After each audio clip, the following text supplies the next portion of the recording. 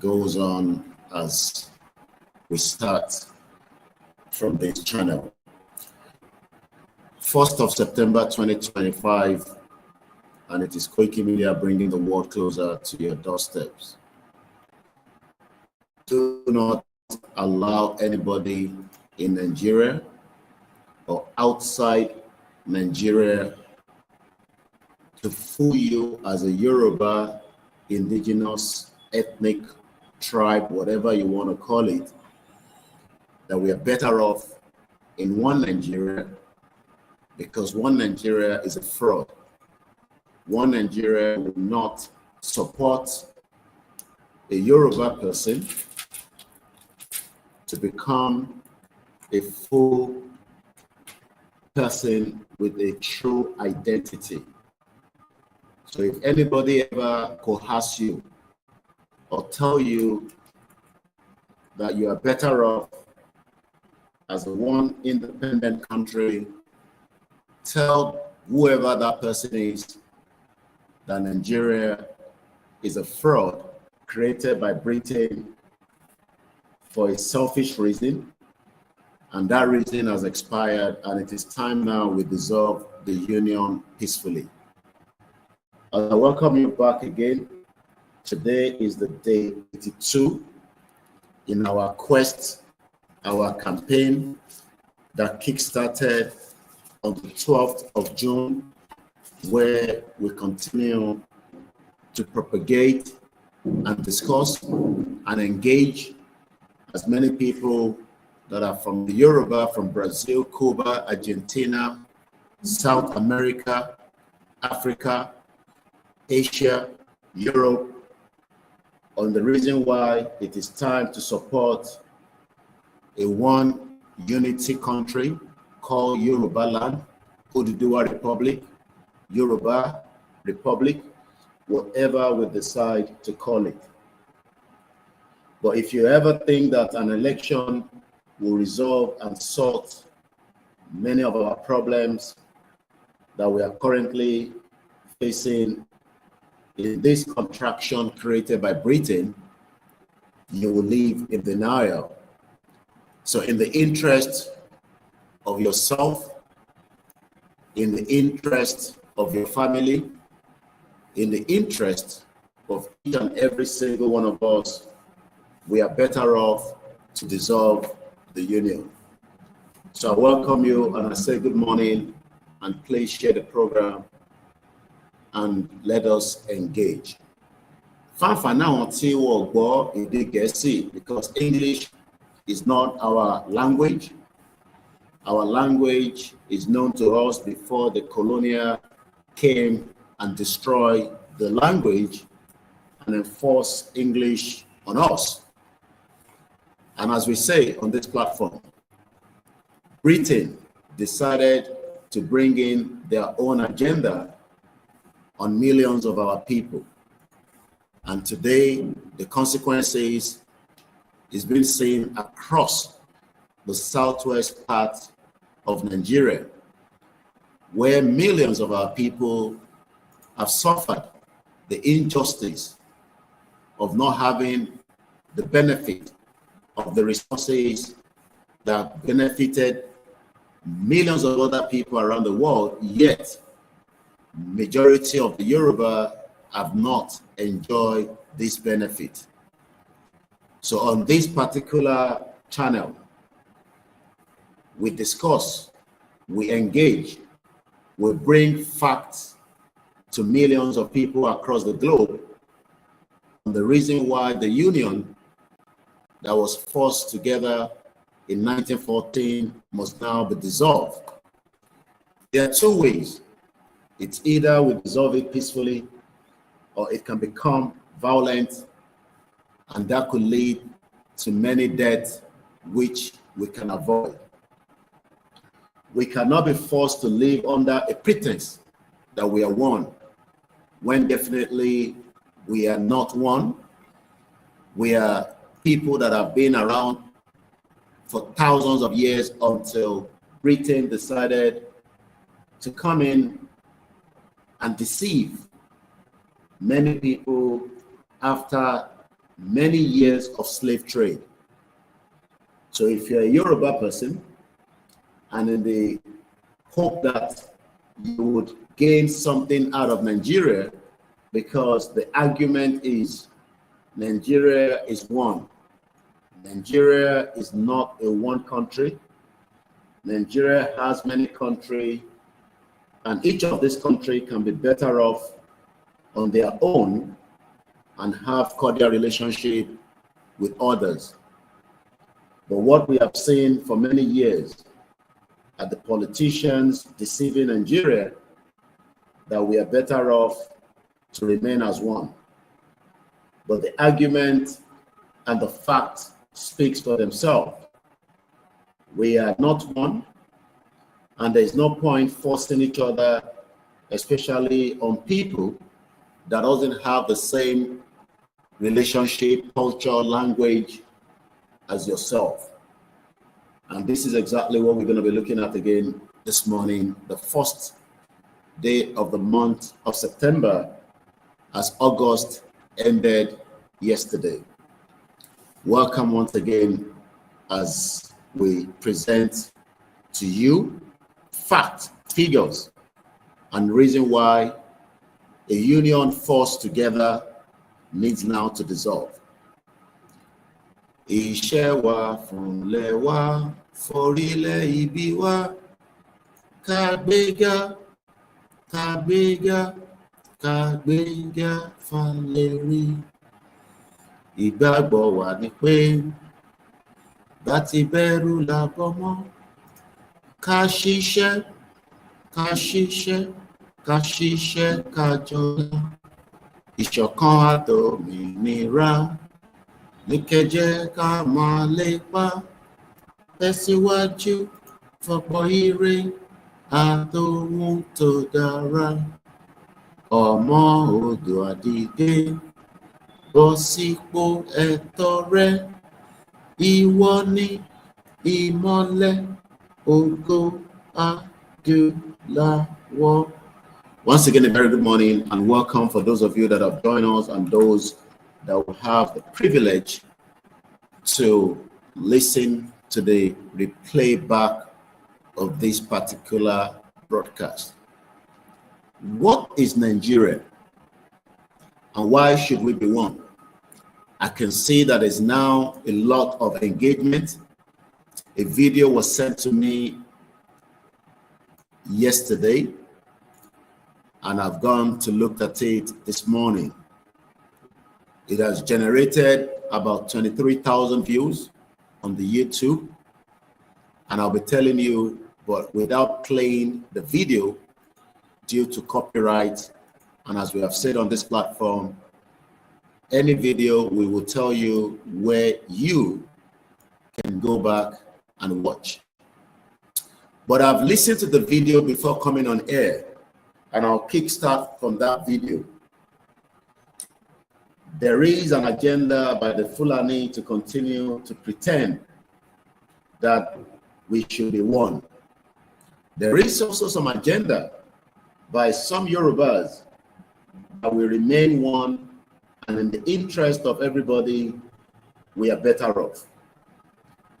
As I was about to kickstart the program this morning, 6 hours ago on the official X handle of the President of the Federal Republic of Nigeria, he says, and I quote, "Dear Nigerians, I took an oath to serve all Nigerians, not a section. That oath guides every bridge, road, rail, power, and health project we deliver." And that is exactly what we have said, that Tinubu, the current president of the Federal Republic of Nigeria, is not there for the purpose of Yoruba alone. He is there in the hope to fix Nigeria for all Nigerians, which is not likely to be possible, regardless of his policy, regardless of whatever he's going to put together with his team, even if he's given another 4 years tenure. But many gullible people believe that Tinubu is there to serve our interest. But many do not realize that Tinubu is not a Yoruba president. When you look at the American president today, Donald Trump, he represents Americans. When you look at the Chinese premier, he represents the Chinese people. When you look at Germany, the German chancellor represents German citizens. And that goes on and on. All these countries I've mentioned, from each one of these countries, you only identify a country through the language. But as we know in Nigeria today, nobody has a language. We have those language, but we have been forced on the pretense that English is our official language, while Yoruba and the rest of the other language can sit somewhere without anybody thinking about the damage of removing our language and enforcing other languages that doesn't belong to us and doesn't represent any part of where we called Yoruba land today. Let's kickstart from what President Bola Ahmed Tinubu posted on his X handle yesterday, and I'll take you back to where 6 Nigerians get brutal honest with themselves. Yoruba versus Igbo versus Hausa. There is nothing called Hausa because Hausa have been taken away by the Fulani in 1804. So if anybody is telling you the northern part of Nigeria today belongs to the Hausa, throw that into the basket and dump it somewhere on the river to flow away.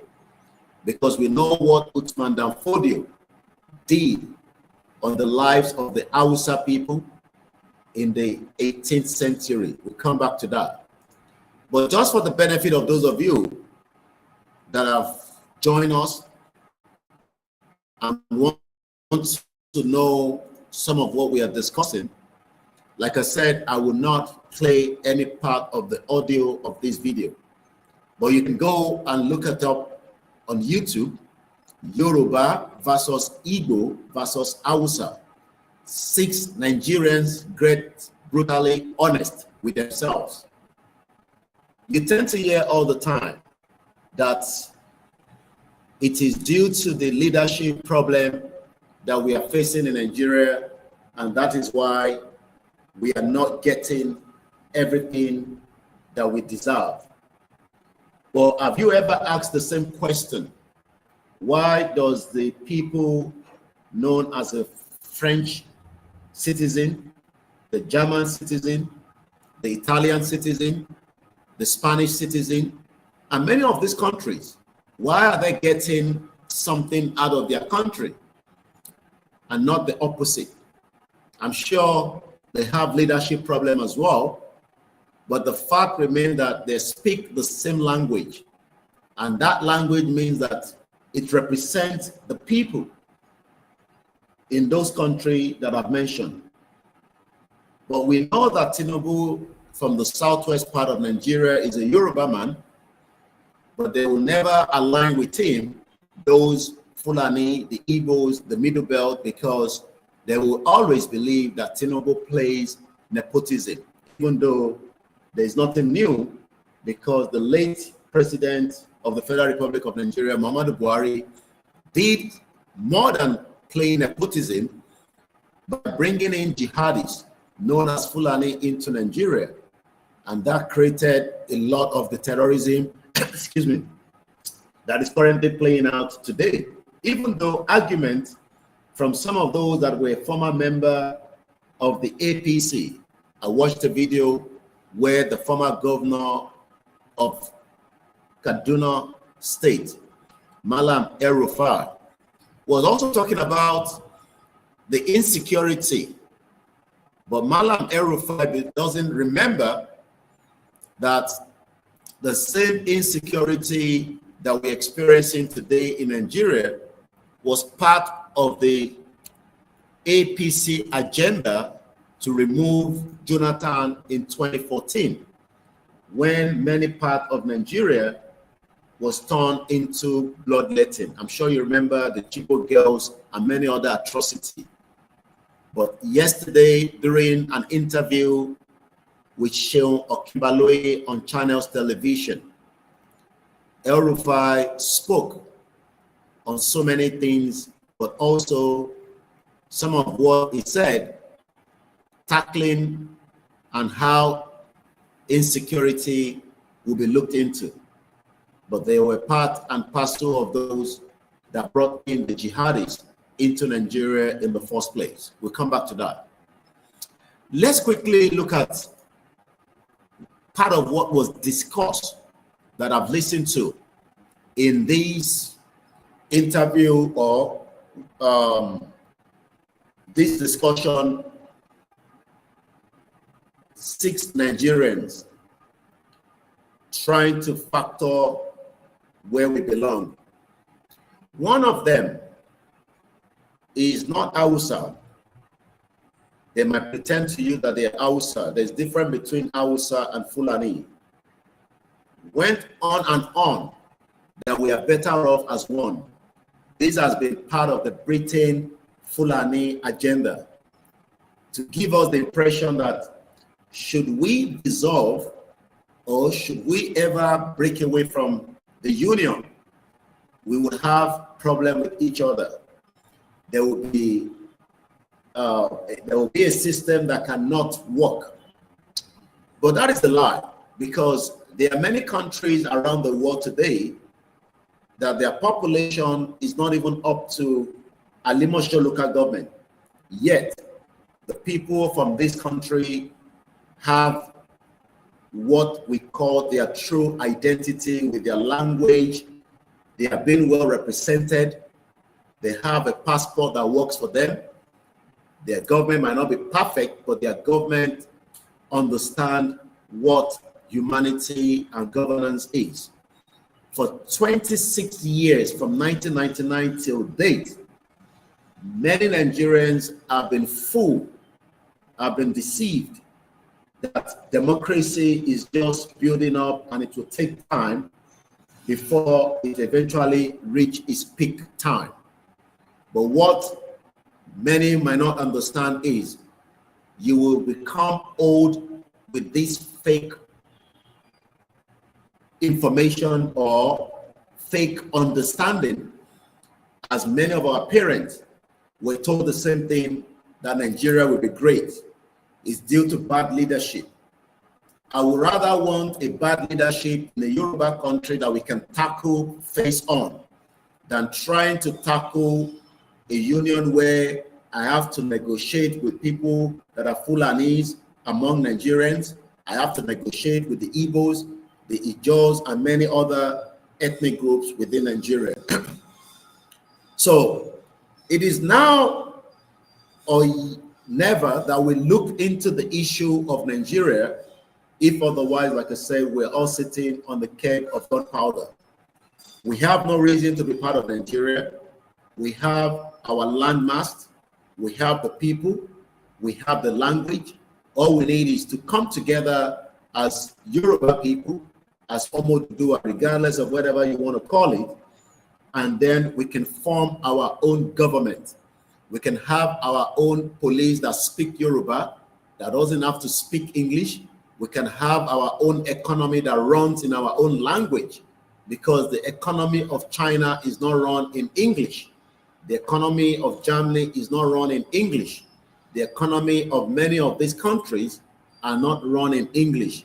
So that means that we are capable to have our own economy, our policies written in Yoruba language rather than in this fraudulent English that was given to us. Happy New Month to those of you that have joined us. I will not be mentioning names because this morning, the first hour, I am communicating my message not just to Yoruba people, also to many that still are friends of Nigeria, that we, the Yorubas, have made up our mind to come out of this union, and we will do everything to enlighten, to engage our people from every part of the Southwest and those that are the diaspora as well. So that is the reason why the first hour, or maybe a little bit more, is currently in English.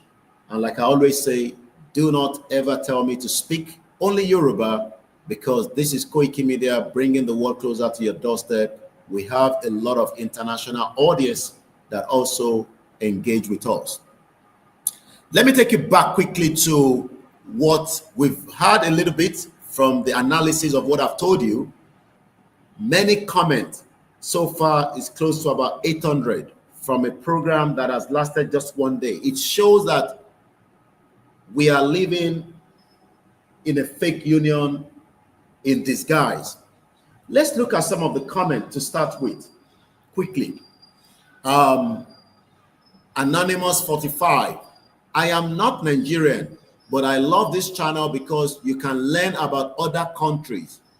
Noso is the smartest and is the voice of the reason. Mr. Noso is an intelligent man. This is another comment. Love hearing him speak. Idibong also made solid point. Aziz is so passionate about Nigeria. Aziz might be another Fulani in disguise, calling himself a Yoruba man. No Yoruba man or woman should ever have any interest in Nigeria, especially what Britain did to our forefathers and our foremothers, taking them away for slave trade, putting them in line of danger, throwing them into the sea, and many never survived. Let's go further and pick more comments. Mr. Nosa is the type of African we need more. Critical thinking and solution. You will never gain or get any solution as you continue to promote a fake union. Let's go further. Mr. Nosa, the red cap man, is the only one on the panel with a well thought out and congruent point. He also appears to be genuine concern about Nigeria. Sadly, the Nigerian problem, much like that of other most African countries, is not individual problem. It is a systemical issue. Unfortunately, we all play around the core issue, dabble with a few symptoms here and there, and go back to sleep. That is part of the point that we have stick on in the last 5 years. Many people that have better knowledge about what we are doing are hiding away or do not want to be called names. Those professors, your doctors, your lawyers, you have them across every part of Nigeria today that are Yoruba, but yet they can't speak for you because of their interest in Nigeria. I can name Femi Falana, Afe Babalola, and many of them like that, you know, from Akoya to Femi Otedola to the Glow owner, Mike Adenuga, the Adeleke. They have more interest in Nigeria. But you might start asking, why are they more interested in one Nigeria and not a Yoruba country? It's because they are part of the game. So rather than us look into the reasons why we are suffering as Yoruba people, I have someone watching me from somewhere in Ogun State, but yet you might be told lies by your governor, that very soon you will have a cargo airline running from Ogun State. We were told the same thing from Ekiti, you know, where airports were never functioning to the fullest. Yet we have what it takes, you know, as Yoruba people, intelligent, hardworking, to build a country for ourselves. But what the governors want to build is a country on behalf of not Nigerians, not Yoruba people, but the Western world. From Ijebu, the Chinese have taken over your land. From Kwara, the Fulani continue to chase you out of your land. From Lagos State, most of you that think that you own Lagos State, you are probably waking up to realize that Lagos doesn't belong to you, because Lagos belongs to the West that controls your port. Apapa doesn't belong to you. Most of you wake up every day, you don't even know amount of resources, income coming from Apapa, the port. The port authority makes so much money, but a Yoruba will hardly even get a job. We know how Atiku made his money. We know how Peter Obi made their money, especially Peter Obi that continued to deceive the gullible ones as if he's an innocent other Nigeria. They're all criminals, okay? You believe any one of them, these are called criminals. From Peter Obi to Tinubu to Atiku, any of the politicians are criminals that continue to deceive us and tell lies that Nigeria will be great. As Britain told you, Nigeria will be a better place by the next 50 years. Most of you will probably be dead, because when you look at some of what is happening lately, you know, when we look at the healthcare, according to Nigeria, according to the World Health Organization, most Nigerians will not survive their 60 because your healthcare system has been destroyed. And many of you will likely, Nigeria has ranked poorly in the past World Healthcare Organization Health System Report. I am not making this up.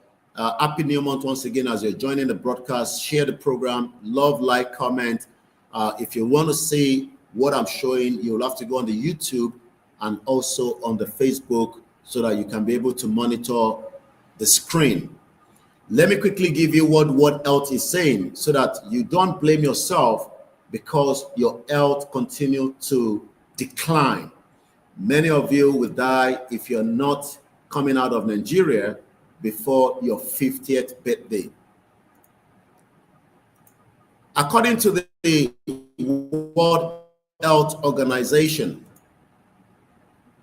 Nigeria has ranked poorly in past World Health Organization, WHO, Health System Report, with a reported ranking of 187 out of 191 countries. This is as far back as 2000. It might have changed slightly, but more recently, information from 2021, which is just about 4 years ago, indicated an improvement to 163 out of 191 countries. Though the specific index or year for this new data is not fully clarified. Nigeria is ranked the 6th globally for the highest number of tuberculosis, TB. Let's look at the summary briefly. In the early 2000s, Nigeria was ranked 187 out of 191. 187 out of 191 countries. This was in 2000. But they said there was a slight improvement from 187, it went back to 163. Still not a very good one for a country that has almost everything that you can think of. But those things does not belong to Nigeria. It belongs to the indigenous people to be used to look after yourself. Even the president, the former president, and the current president still run out of Nigeria for their medical. Buhari died in London. From our information, Buhari was kept in a £3,000 daily paid by the government from April until he died, you know, after like 3 months. You can multiply how much that is. I took you down to the hospital where Buhari died before anyone did. So we come back to that. I want to go back to and maybe let's see if we can find some other how organizations are eating the healthcare system in Nigeria. This was 2023. The nation's large population is putting so much pressure on the healthcare system. You will never get a quality healthcare in Nigeria. Who do I pity more? I pity the children, the minors, the women that are pregnant. I've seen in the last 72 hours, one in Akwa Ibom yesterday, there was a news that came out that a woman was taken to the hospital. And for good 4 hours, there was no doctor. And she needed a cesarean operation. You can guess what could have happened to her. I'll give you the story quickly before we move further, because on this channel, we come with facts and figures so that nobody will tell you during your pepper soup, when you're having your pepper soup, or you are in the beer parlor and somebody is telling you, oh, Nigeria will be great. Tell them Nigeria can never be great. It is not a leadership problem. The problem is that we have been told lies by Britain and many other countries that Nigeria is just going through a turbulent time and it will get better and better. But we know that it can never get better. It will get worse. So in the interest of every one of us, dissolution is still the only solution to all our problems. This is Koikimedia, bringing the world closer to your doorstep. Let's go quickly and give you those background of what we know so far as we continue to deliberate and engage on why we need the union to dissolve. Well, if I can't bring that story up due to trying to log into my Instagram, I will just move on. But the story is already out there in the public. I've already posted it on our Facebook and our X handle, which is called Twitter. For those of you that might probably want to be confused, it's no longer called Twitter. It is now called X. All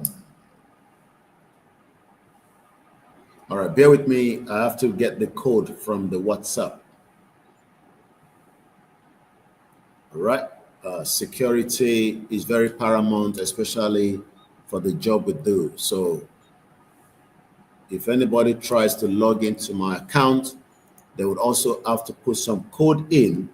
If otherwise, you will not have access to my account. Sorry for those of you. Let's get it right. Okay. All right. I've now managed to get into my Instagram. And let's go to Linda Ikeji quickly. This was yesterday. Two stories from two different parts of the country. One in the FCT in Abuja. Many of you might think that living in Abuja is luxury, but many people that live in Abuja are living in abject poverty. It's no different between you in Ijebu-Ode and those of you living in Ekiti, in Ijeru, in Ikorodu, in Okokomaiko. All these are the same because the country is not going to work for you. It might work for the politicians and their children. It might work for the criminals. And this is the story. This morning, I'm also seeing news coming out from Niger State, where looting of relief materials, the poverty is just too much. Let dissolve the union and let everybody go their separate ways. All right, this woman that you're watching right now on the screen, I can release the audio a little bit so that doctor was not on scene. Doctor was not on duty. This is an act of negligence. Doctor was not on scene. My sister was bleeding. She was due for CS. There was no doctor to operate her. She is dead. All right. May the soul of our sister rest in peace, and the baby both died. Let's read quickly what happened. The Akwa Ibom state government has commenced an investigation into the death of a mother and a newborn baby, or a newborn rather, because it was never given birth to anyway, he died, following a cesarean section at the General Hospital in Ikoti, Ekpene. One Nigeria, pray it doesn't happen to you. A video circulating on social media showed the woman's sister in the Firik, Amos, weeping profusely while accusing hospital staff of negligence in the death of mother and child. According to Firik, she brought a pregnant sister to the hospital this Saturday, okay? This is not last year. This is not 3 years ago, because some of you don't know what is happening in Nigeria because internet has been one of the biggest obstacles to mankind in that contraction. Many of these criminal organizations, from MTN to Glo to Airtel, have made you to think that Internet must be expensive, even though it is not meant to be. When we have a Yoruba country, internet will be part and parcel of everything, from your home to your office to your school to your local government to the library. How many of you still have library across your local government? Can you put it in the comment section? Do you still have a working local government with a library? Shit hole country. According to her, today is the first. She took her sister on Saturday, August 30th, 2025, to the General Hospital, requiring an emergency cesarean section. But right inside a general hospital, she was told that there was no attending doctors. All the doctors are currently left Nigeria, trying to become somebody in Europe, Canada, even Ukraine, that is currently fighting a war with Russia in the last 3 years. Ukraine still have a working hospital.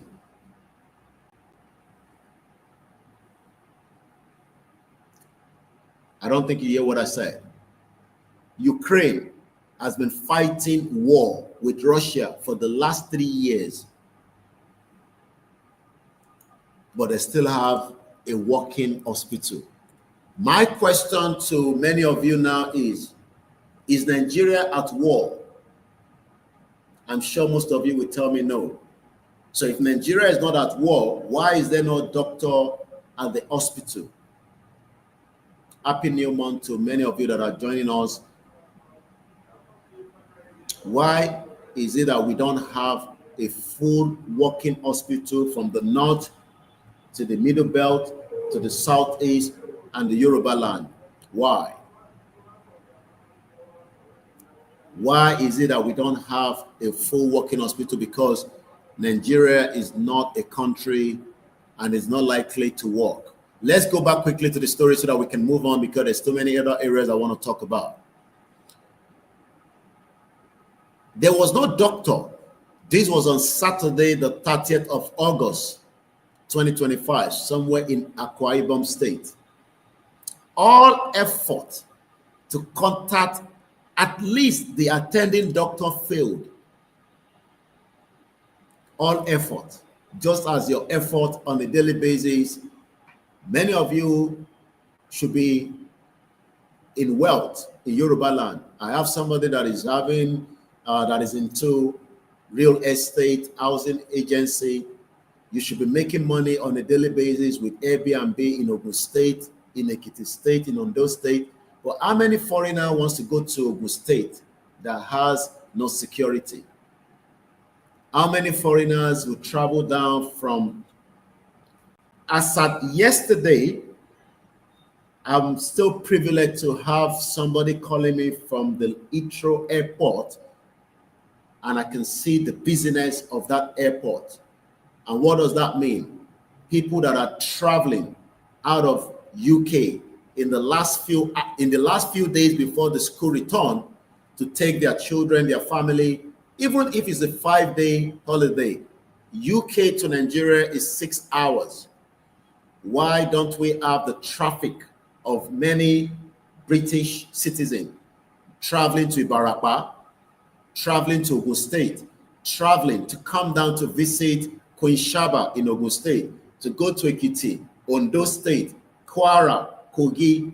They dare not come down to these places because the Foreign Office in the UK continue to warn their citizens about traveling to that shithole country that they created in the first place. And rather than come to the UK, that might even be, rather than come to Nigeria, most of them will go to Turkey. Most of them will go to France. Most of your relatives that you have not seen, but most of them, you see them on Facebook posting pictures that they were on holiday to Italy, holiday to other countries, destination, but they're not coming to Nigeria because Nigeria has a lot of havoc.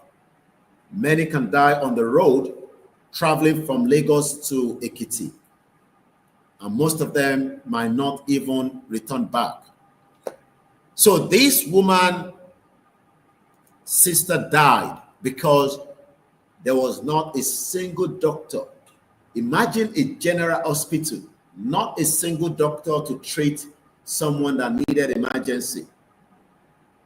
How many of you will face similar consequences of emergency? Most of you are taking risk on a daily basis, but you pray to God that you will go out and you will come back alive.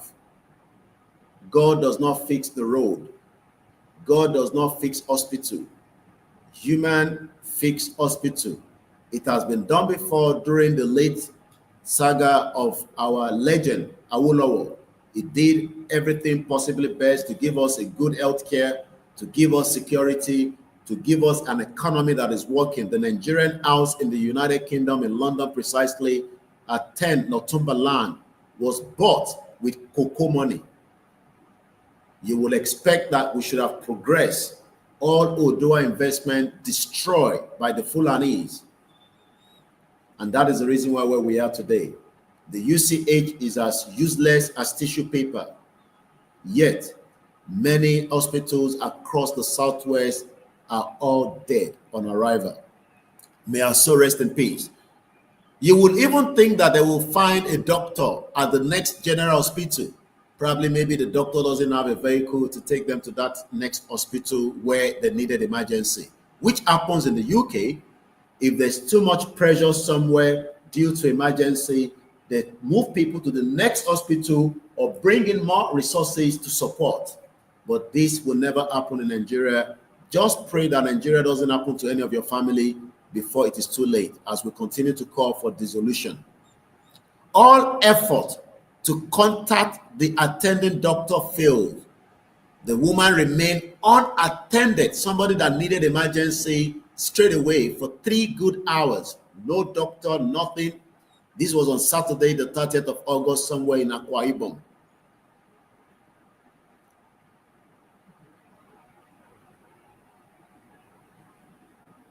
During which neither she nor her unborn baby received necessary medical intervention. Can you move somebody on emergency to any general hospital in the US, in France, even in Ukraine? I'm talking about Ukraine now. Ukraine that is going into a serious war. They've been in war in the last 3 years. If somebody is pregnant and needed emergency and they find their way straight to the hospital, they will be treated. It shows that Nigeria is currently at war, but most of you are living in denial because you don't want to accept the truth, because the truth is bitter. And I pity many Yoruba people that continue to support a government, as Tinubu says, is not here for you alone. I'll come back to that in a minute. Tragically, the baby died when they finally operated the mother on Sunday morning. Imagine somebody that was there on Saturday. I don't know what time they got there on Saturday, but they were not operated until Sunday morning. The stress. That was that one. There was another one that we picked up where the woman died in Abuja. That is a different story as well. I believe due to the stress. One thing is, you can continue to live in denial that you don't want Nigeria to break, but you will never enjoy the dividends of Nigeria until you die. It's not my prayer, it's just a fact. Your parents never enjoyed the dividends of Nigeria, whether they are alive in their old age or they died because Nigeria failed each one of our parents.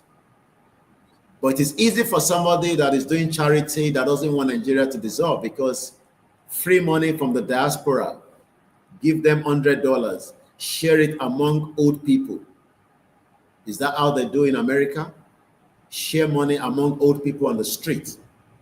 There's nothing wrong in that. It's just to support our people since the government failed. But for how long are we going to be in this situation? Nigeria is a Fulani terrorist republic, is a Britain agenda, and it needs to dissolve as quickly as possible without wasting too much time. I've given you the background of that story because I was talking about the healthcare system in Nigeria, a failed healthcare. Let's quickly look at one story more from the healthcare, and we move out of that and we move to the next discussion. Sonny Okosu said, which way Nigeria? The which way now is let everybody go their separate ways. But you don't want that, yet you're suffering on a daily basis. You have left education, you left university. In the last how many years? What is the job you're doing right now? Like I said, the first hour is not just for you, and it is English for a purpose. And when I speak in English, it's because I am sending message.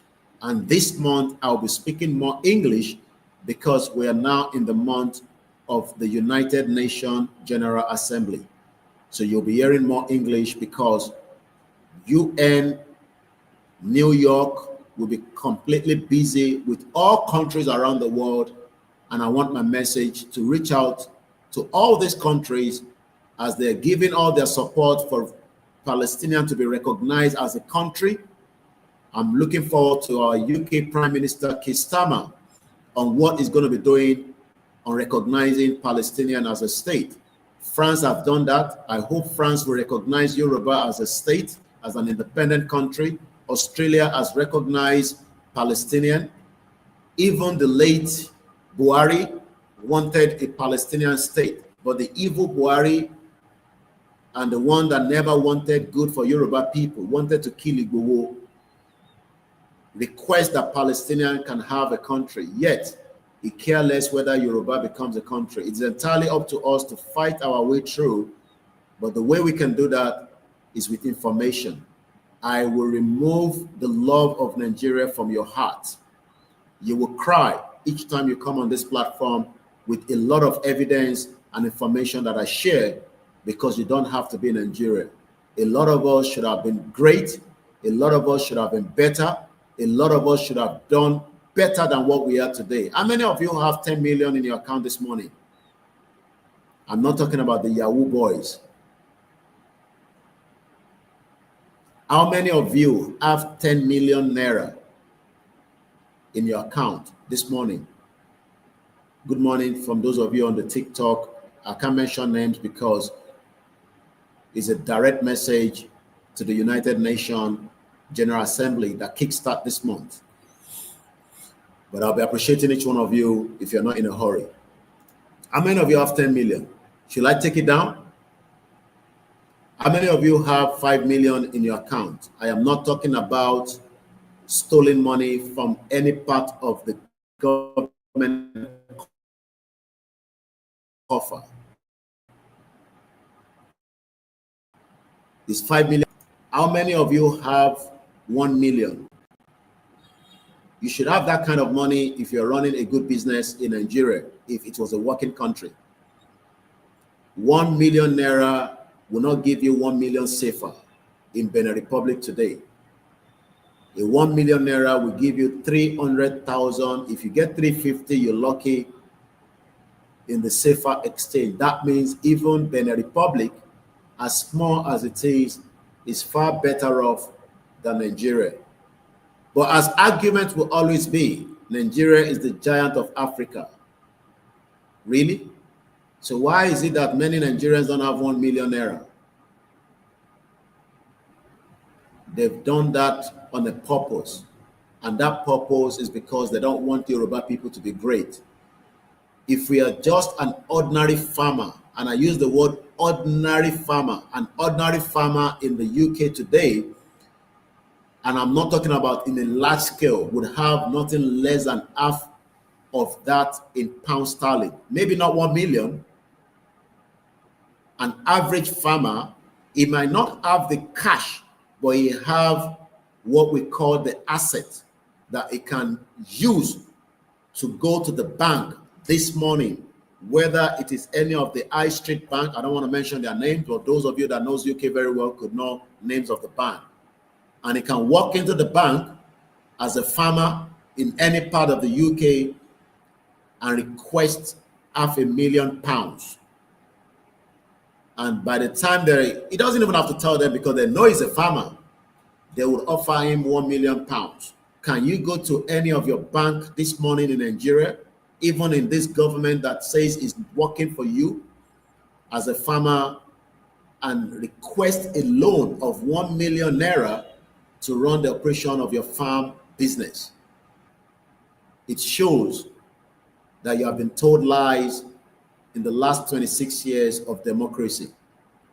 Let's go back to the healthcare system before we move away from the healthcare. Like I said to you, you will be lucky if you survive your 60th birthday in Nigeria. And I can give you a breakdown of those that died before their 30th.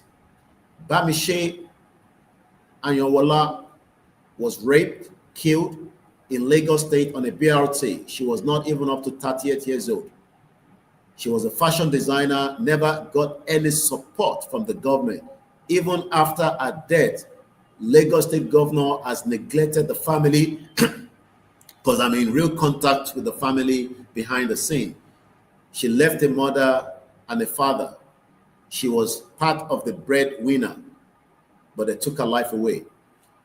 Tolulope Arutile from part of Kogi, Okun precisely, was killed. We know the reason why, because she was a brilliant Yoruba that wanted security for the people of Nigeria as a combat helicopter pilot, the first in the history of Nigeria. Yes, trained by Nigeria, killed by Nigeria. Delegiwa, no one have told us who killed Delegiwa, but we know Babangida killed Delegiwa. Let him sue me.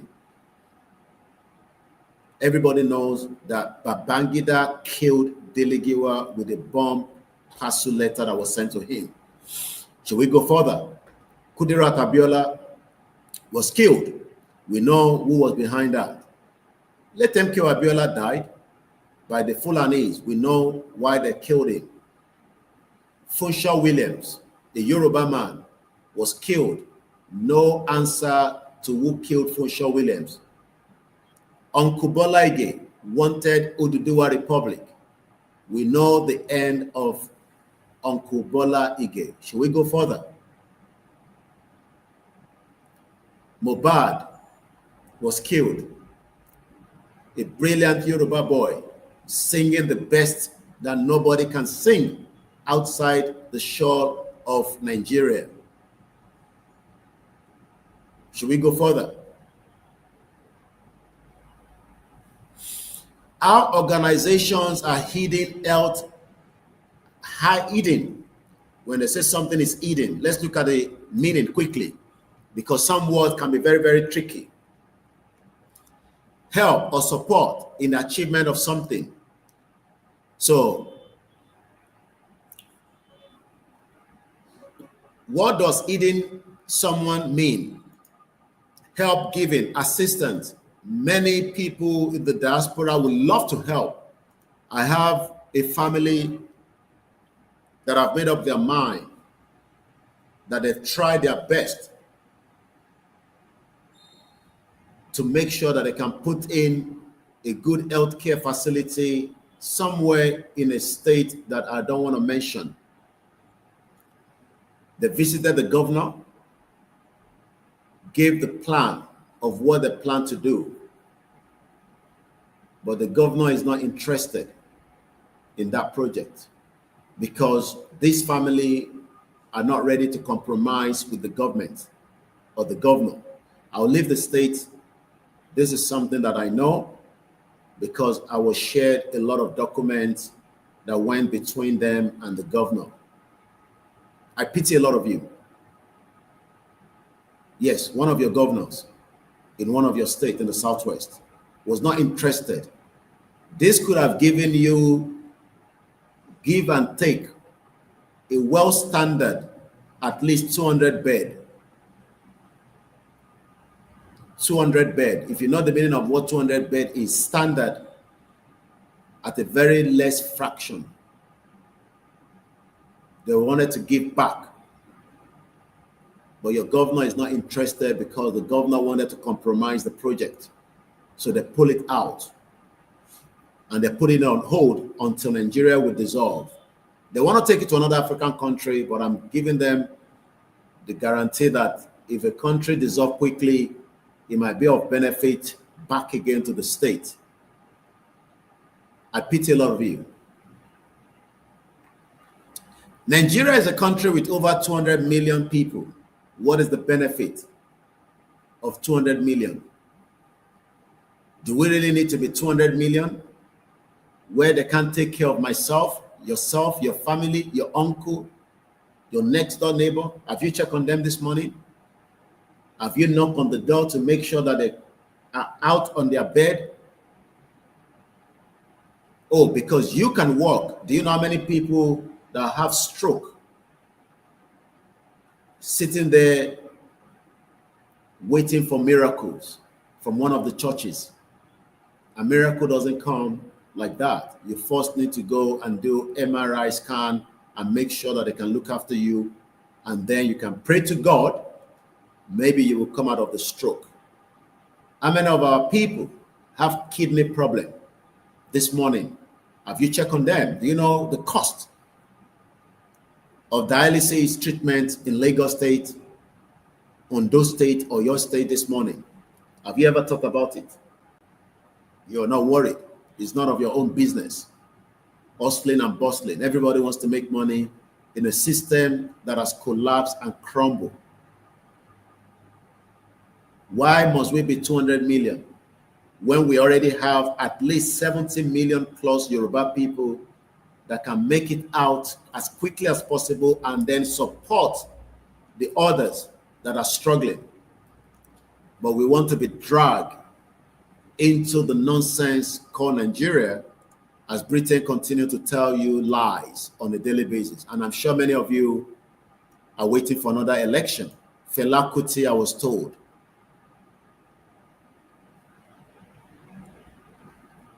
Let's go back quickly again.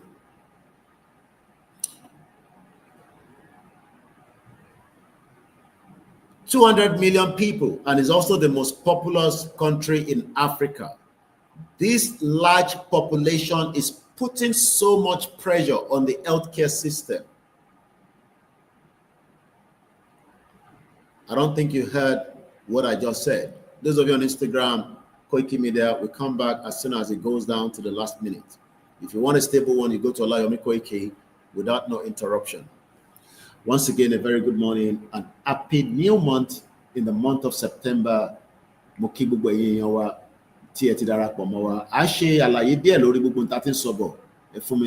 Another few minutes to wrap it up, which is exactly 1 hour now.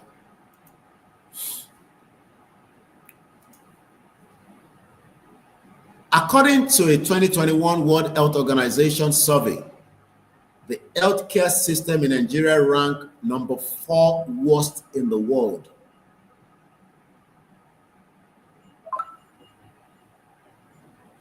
We are in the month of United Nations General Assembly, and that means there will be more English broadcast.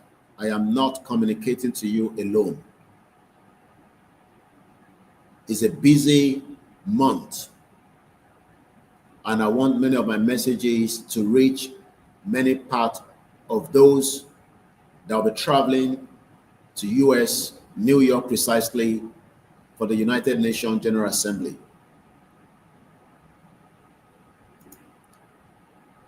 And it's going to be the 80th session of the UN General Assembly that will be open in the next 8 days. The high-level general debate will run from 23rd to 27th, when Tinubu and the rest of the president across the globe. And the focus this year will be Palestinian case. And I'm looking forward to what our Prime Minister Keir Starmer would do, according to what he said a few weeks back regarding recognizing Palestinian as a state. But without pressure from what we are doing, you're not likely to get a recognized Yoruba country by any country, because our effort is still work in progress. Every one of us think that a country will just emerge without a lot of effort. But the UN General Assembly this year will focus on Palestinian. And I'm looking forward to what President Bola Tinubu will be saying if he's going to speak in regard to Palestinian case, when Yoruba people are also facing what we call genocide at the moment. So let's go back and finish up the part of the healthcare. The condition of the healthcare system in Nigeria, on average, I've given you the evidence, I don't have to repeat that again. On average, doctor attend to several patients daily with an official ratio of 1 doctor to 5,000 patients. That is the reason why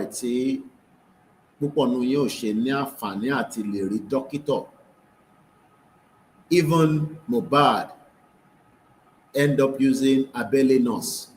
Unbelievable.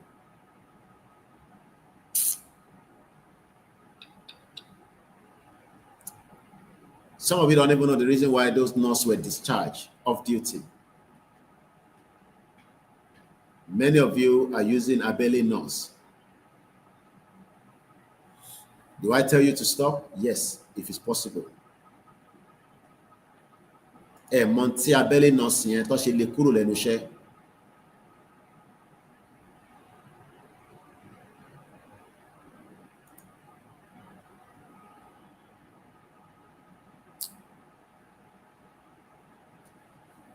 But we are all used to it.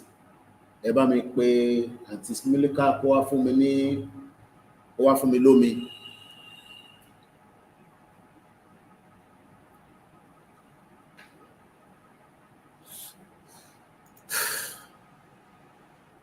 One doctor to 5,000 people.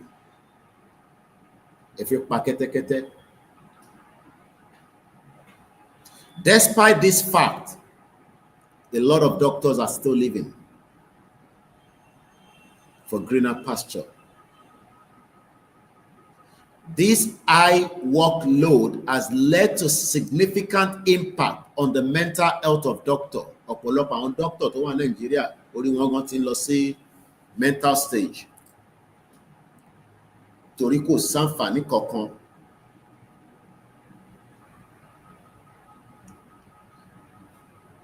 Mental, emotional, physical exhaustion as a result of a prolonged stress is a common issue among doctors worldwide, with about 40% to 50% of doctors experiencing this even in America.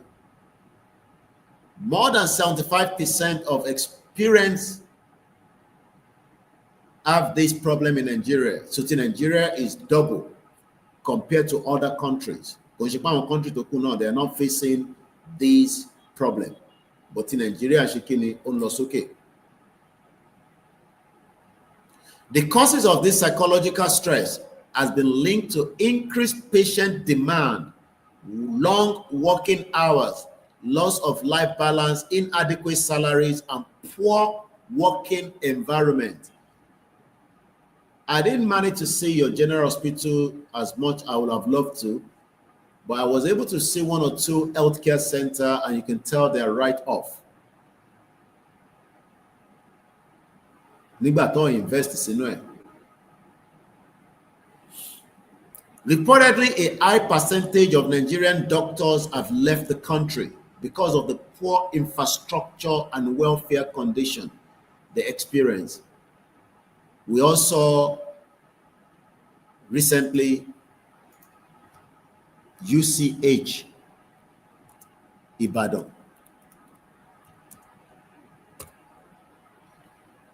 We saw what happened. March 2nd, when darkness fall on the UCH Ibadan.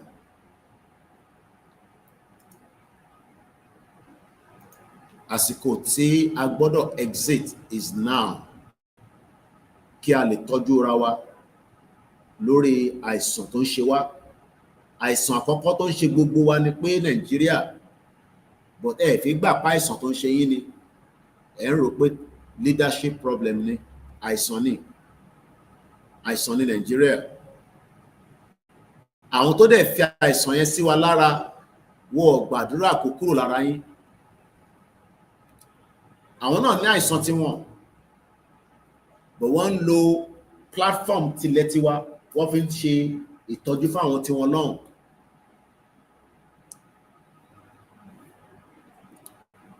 Let's look at the darkness story. Mo kẹ́yìn yẹn wá lẹ́ẹ̀kan sí. And then we move straight to what Tinubu has said that I picked up this morning. Self-determination is a right, but it's not going to be given to you just like that. No matter what, no country will give you your right. Your right, you must have to fight for it.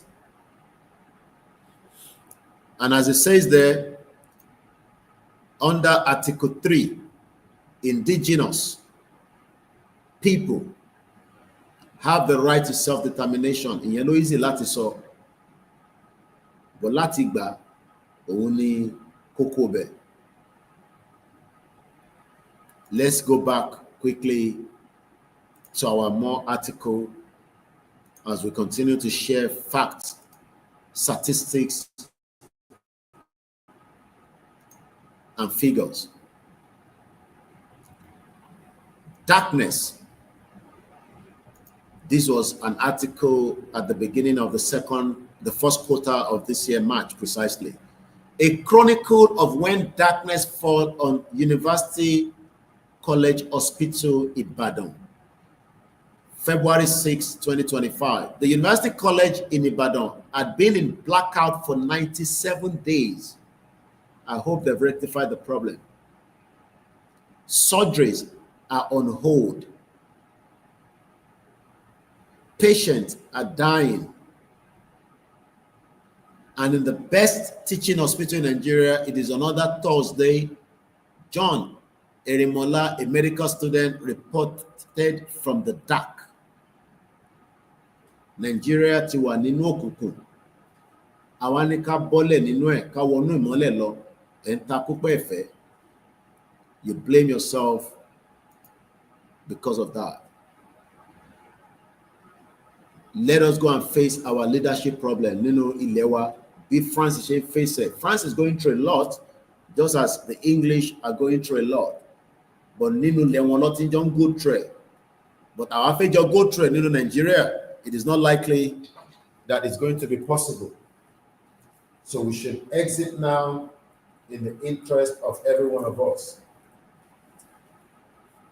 And I hope the message is clear today, the 1st of September 2025, on the Koikimedia network.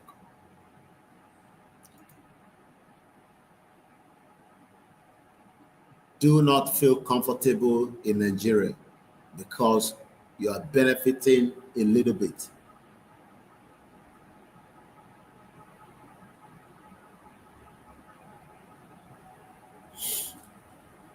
Let's go back quickly to the discussion. When I sat down to write the very first paragraph of this story, I couldn't have imagined that it would take over 100 days before the own of electricity returned to what should be the paragon of medical excellency in Nigeria, University College Hospital, UCH, in Ibadan. I did not emphasize the crisis in the healthcare delivery and the decline in the living conditions of medical students on the premises. I surely did not think it would conclude with the shoulder of protest on the street of Ibadan. Why are they going to come out and protest? Because of it, bó ṣe rí ní gbogbo àgbáyé nìyẹn. But over the course of 3 months, I witnessed all days. I witnessed even more. And I can tell you one thing or several things depending on how willing you are to read about casualties of Japa syndrome as observed in real time, of the tiny thread of medical education, Nigeria, or the pain in the eyes of patients. This is not an extreme retelling. The blackout in UCH was just that terrible. Every year, the Republican published the most ambitious writing. Okay, that's just okay. Now they want me to register to read the remaining part, but we've got the message of what we wanted to read from that. But 4 weeks ago, before we move out of that and go back to President Bola Tinubu post 6 hours ago, federal government electrification, UCH comment Tinubu and Adelabu.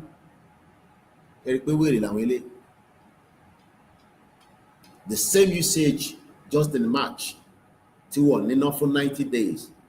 The August, they've exchanged money behind the scene. And UI and UCH, when I want to do Tinubu ati Adelabu, I am not in there. I hope the fact is that they've given them what they want. And I hope many of you can visit UCH and get better treatment. That is just my hope. If it's not like that, then it's entirely up to you to demand for such. The Vice Chancellor, University of Ibadan, Professor Kayode Adebowale, as well as the Chief Medical Director, University College Hospital Ibadan, Professor Jesse Otegbayo, have commended the federal government for shortlisting the institution as beneficiary of the recent approved key electricity project. Was she approved any or tishe? The duo spoke in their separate remarks while fielding questions from reporters at the induction ceremony for 29 graduates of the Department of Physiotherapy, College of Medicine, University of Ibadan. I'm sure these 29 Taba track one down after their graduation. All of them will love to Japa. Taba lọ track wọn pé kó bá wa wá àwọn 29 new graduates here, because the previous ones are still waiting to get a job. Koshipa Kawe is not that you're not educated, but you are not likely to secure a job. So graduating is a different thing. Getting that job is a different thing. Maybe this one would have benefited from that 200-bed hospital that project if they've been able to go through it, but your governors were not interested. Speaking, the University of Ibadan Vice Chancellor, who was elected at the inclusion of the premier institution on the list of beneficiaries, said the cost of power supply to run the institution has been a major challenge that has been gulping huge resources of the institution. Universities in the UK run 24/7 electricity. The universities in America runs 24/7 electricity. I have a family that shared their journey and even shared their, it's privilege when people do this to me, because especially those that have followed the reason why Tashen break up.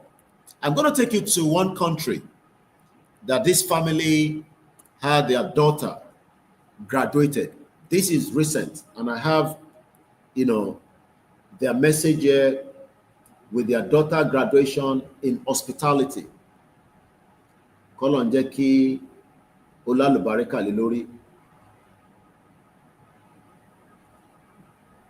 I just want to quickly see if I can pick up when that was shared with me. They shared their journey even up to when they were traveling for the graduation.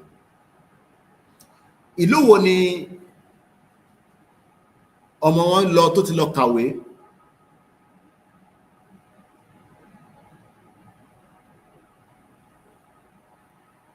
I'll share that with you in a minute. That's it. I have it right now. We were having the conversation in July 7, 2025. Kódà wọ́n share certificate ọmọ yẹn pẹ̀lú mi.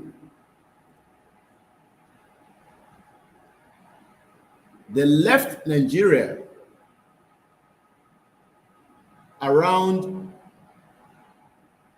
fi padà síbi tí a ti bẹ̀rẹ̀ conversation yẹn.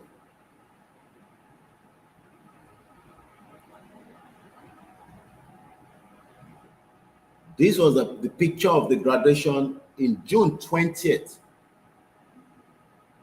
Màá sọ country yẹn fún yín in a minute. I believe that was my voice note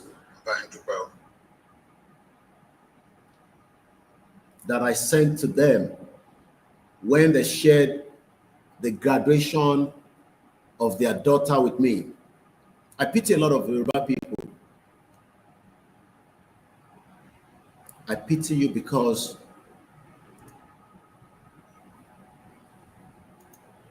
you're waiting for a country that has failed to support you. Watch your video, many things.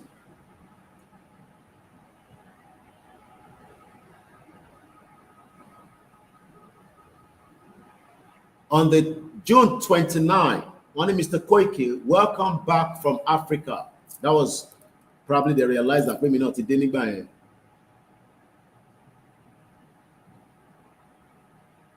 I told them I worked in the hotel myself in the UK for 10 years plus. It is a great industry. Fentoba Mopa Hotel, because for every room for countries that are working, the rooms are booked for the whole year. Adli ni hotel tí ìlú tó bá ń ṣiṣẹ́, as an example, Turkey. Turkey made $60 billion from the tourism industry. Nigeria only ever get $1 billion from tourism because of insecurity. Money soon, she can use it for Yoruba country. That is why she ronú nìyẹn. Àwa ti ronú kọjá ibi tẹ́yìn ronú sí pé ṣe wà ní Nigeria. Pé gbogbo àwọn tó ti lọ sá tàtọ́ lọ ṣiṣẹ́ àtàwátà wà nílé kí gbogbo a match together ká lè bẹ̀rẹ̀ sí run country. But ẹ fẹ́ yẹn ẹ tún fẹ́ máa lọ dìbò 419 tó lè mú kankan jáde. Mo ti sọ ìlú yẹn o, but máa fún yín ní ìlú yẹn in a minute. Just to know that I communicate with many people that share things with me. I believe I sent a voice note.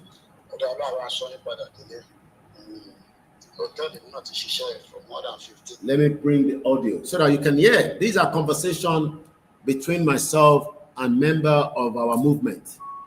Don't share experience on wọn tó lọ kàwé níta. Ó ṣe gbogbo yẹn ló ní privilege yẹn.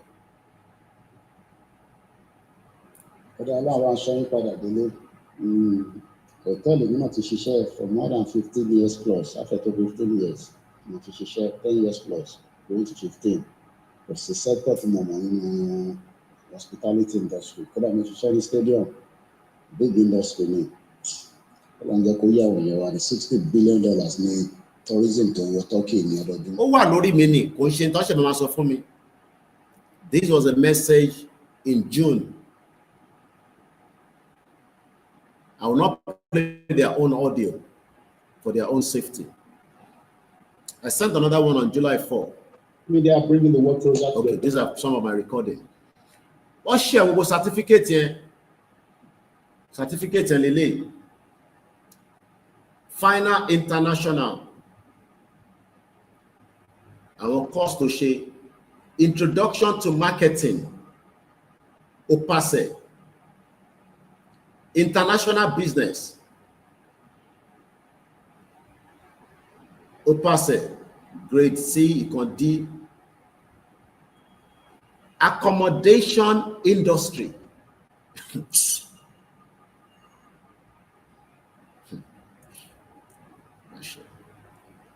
Summer Internship. Entrepreneurship in Tourism. Tourism Policy and Planning. I worked in the hospitality industry. Event of Asian next year, I think planning year. Lane, I think planning. Event of Asian August next year. What is the Wabawa? What in planning? Ijoko to ma joko, coffee made loma mu, pen made loma wa ni yara, omi do ma replenish. Everything as details to details. Ijoko sinu lofo, o so pe Nigeria ma da. Shomo ton so sha. These can be replicated across every part of Yoruba land. Tabani country tiwa.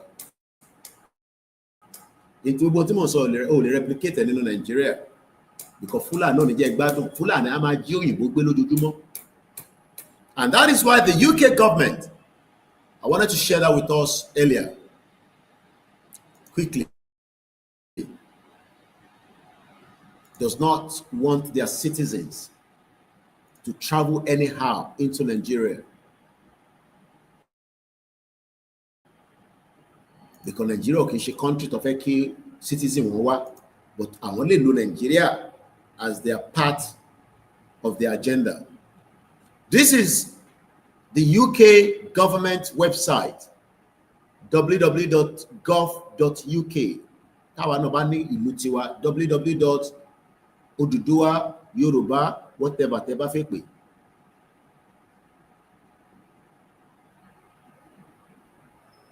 /foreign travel.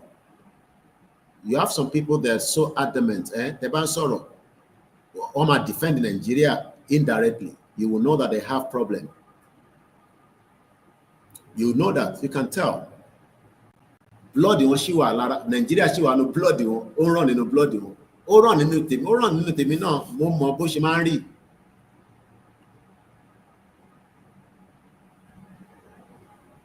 Mo mọ bó ṣe máa ń rí. Ara wọn máa run, ẹ̀jẹ̀ wọn máa ru gbùrùgbùrù tẹ́ bá ti sọ̀rọ̀ Nàìjíríà báyìí, ẹ̀jẹ̀ wọn máa ru, wọn máa compare Nàìjíríà pẹ̀lú other country. Kí ni kàn pẹ̀lú other country? Nàìjíríà ni mò ń sọ, ìlú òfò tí Yorùbá ń jìyà nínú ẹ̀, sí tó kàn pẹ̀lú other country. But you can tell. I worked in the Nigerian community, so when you get some of those individuals, I worked with the Nigerian, Abikedabiri mommy back to back, money direct number, lower, no communicate well. Yeah. Gbogbo àwọn politicians in pátá, kó tó land, ló máa ti pè wá, bó máa dé o, ká pàdé wọn l'embassy o.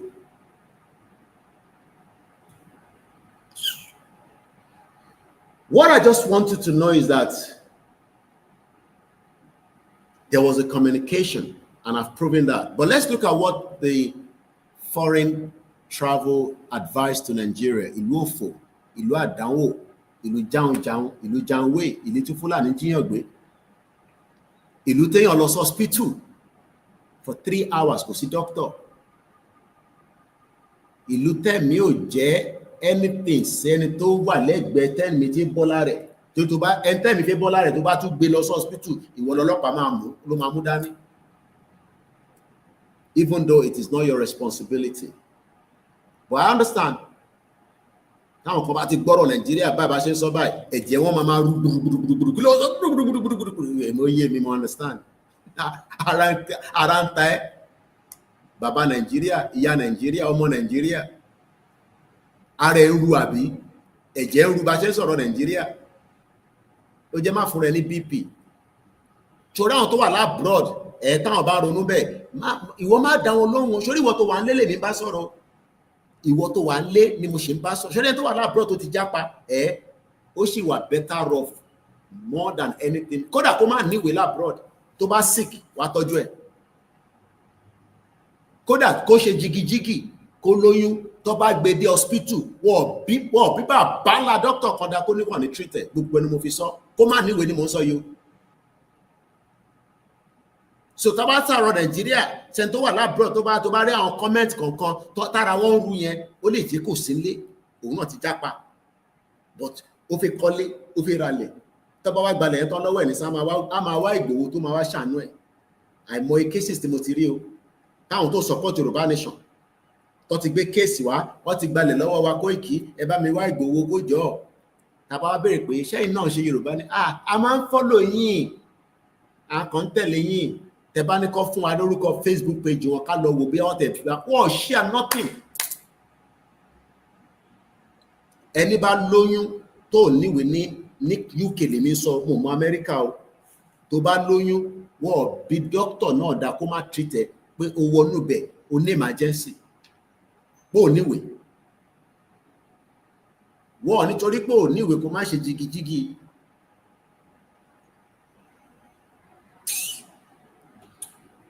This family, like I said, máa sọ ìlú yẹn, but yẹ ká clear.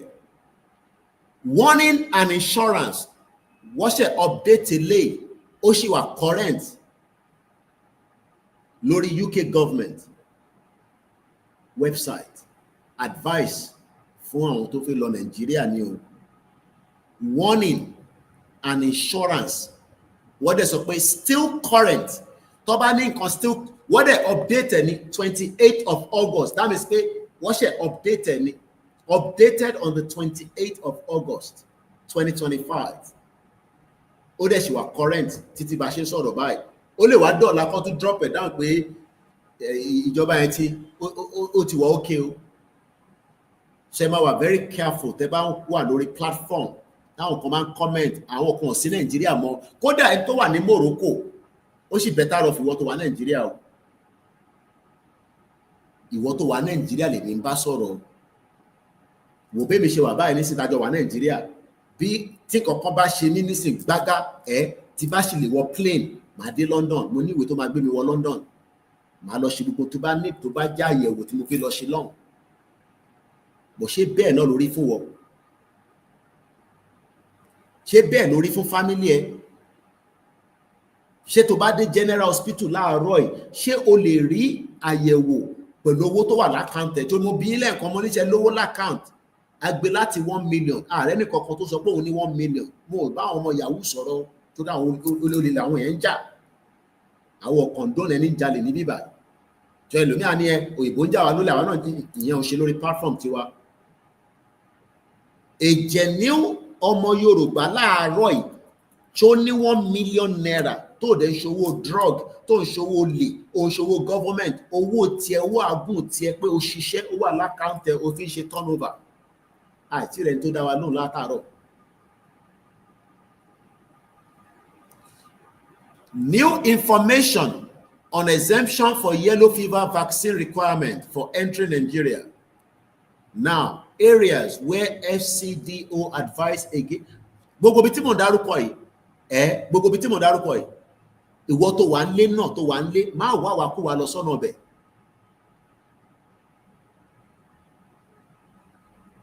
Ó sì better off kó wà láàárín wa ju pé ká máa wọ́ ẹ lọ. Bọ́ bá jí ẹgbẹ́ àní raise owó fún ẹ níbi báyìí o.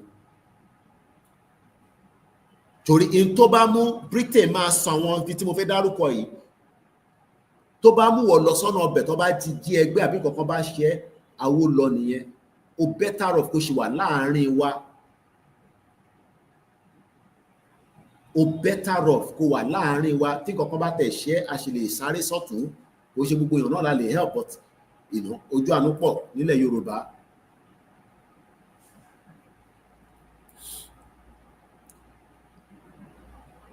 Tẹ́ bá ti rí wọn bá ti wọlé bẹ́ẹ̀ Fúlàní ni. Ilé tó wọlé nísìn tó kọ́mẹ́ǹtì Fúlàní ni. Fúlàní ni ọmọ àlè. Only let them catch you for treason. Ìwọ tẹ̀ jẹ́ kọ́ sí catch mi náà wọ́n fẹ́. Ìwọ má wọrí nípa àyàn ọmọ àlè. Fúlàní. àwọn tó fẹ́ Nàìjíríà nìyẹn, Fúlàní. Má lọ Borno State, whatever nǹkan tó o bá ṣe má dé Borno rárá, òun ló fi ṣe number 1. Má lọ Yobe, kódà kó sọ fún ẹ pé business yẹn ó máa fún ẹ ní owó tó pọ̀, máa bọ̀ ní Yobe State, awó lọ nìyẹn, má débẹ̀. Má gba Adamawa State kọjá, má gba Gombe. These are the 4 states tó kọ́kọ́ wà lókè. It shows that ibẹ̀ yẹn danger gidi ni, ó ń tanná gidi. Wọ́n wá tún wá ní advice against all but essential travel. Essential mean pé tó bá necessary. Sorry, the first one yẹn, advice against má tẹ̀ lọ bẹ̀yẹn rárá, wọ́n sọ fún àwọn ọmọ wọn. Bauchi State, North East ní gbogbo ibi tẹ́ mọ dárúkọ yìí. Ní North West, má lọ Kaduna, Katsina, Zamfara. Essential, Kano, Jigawa, Sokoto, but within 20-kilometer border of Niger and Kebbi, má débẹ̀ rárá. It's a very hot spot bed. Anything can happen. Ní North Central, Niger State, Kogi State, gbogbo alamọ tó ń ṣẹlẹ̀ ní Kogi, wọ́n send àwọn fídíò kan sí mi ní àti Kogi. I will not say anything more than that.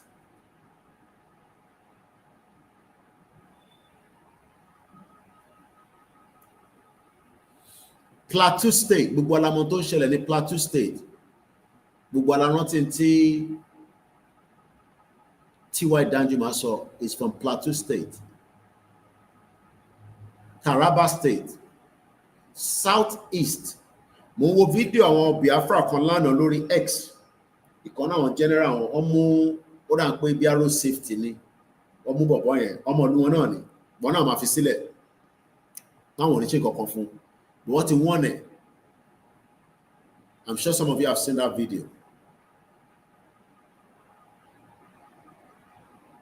Wọ́n náà wọ́n ní ṣe kankan fún àwọn afi sílẹ̀.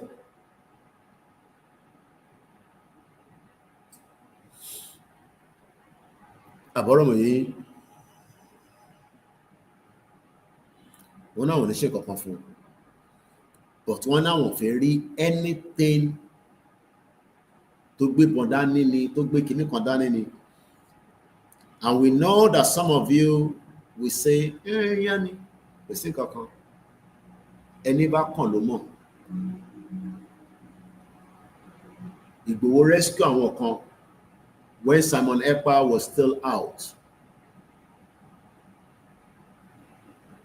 Àti ìyàwó, àti ọmọ, àti bàbá ni wọ́n gbé dúró ní Southeast.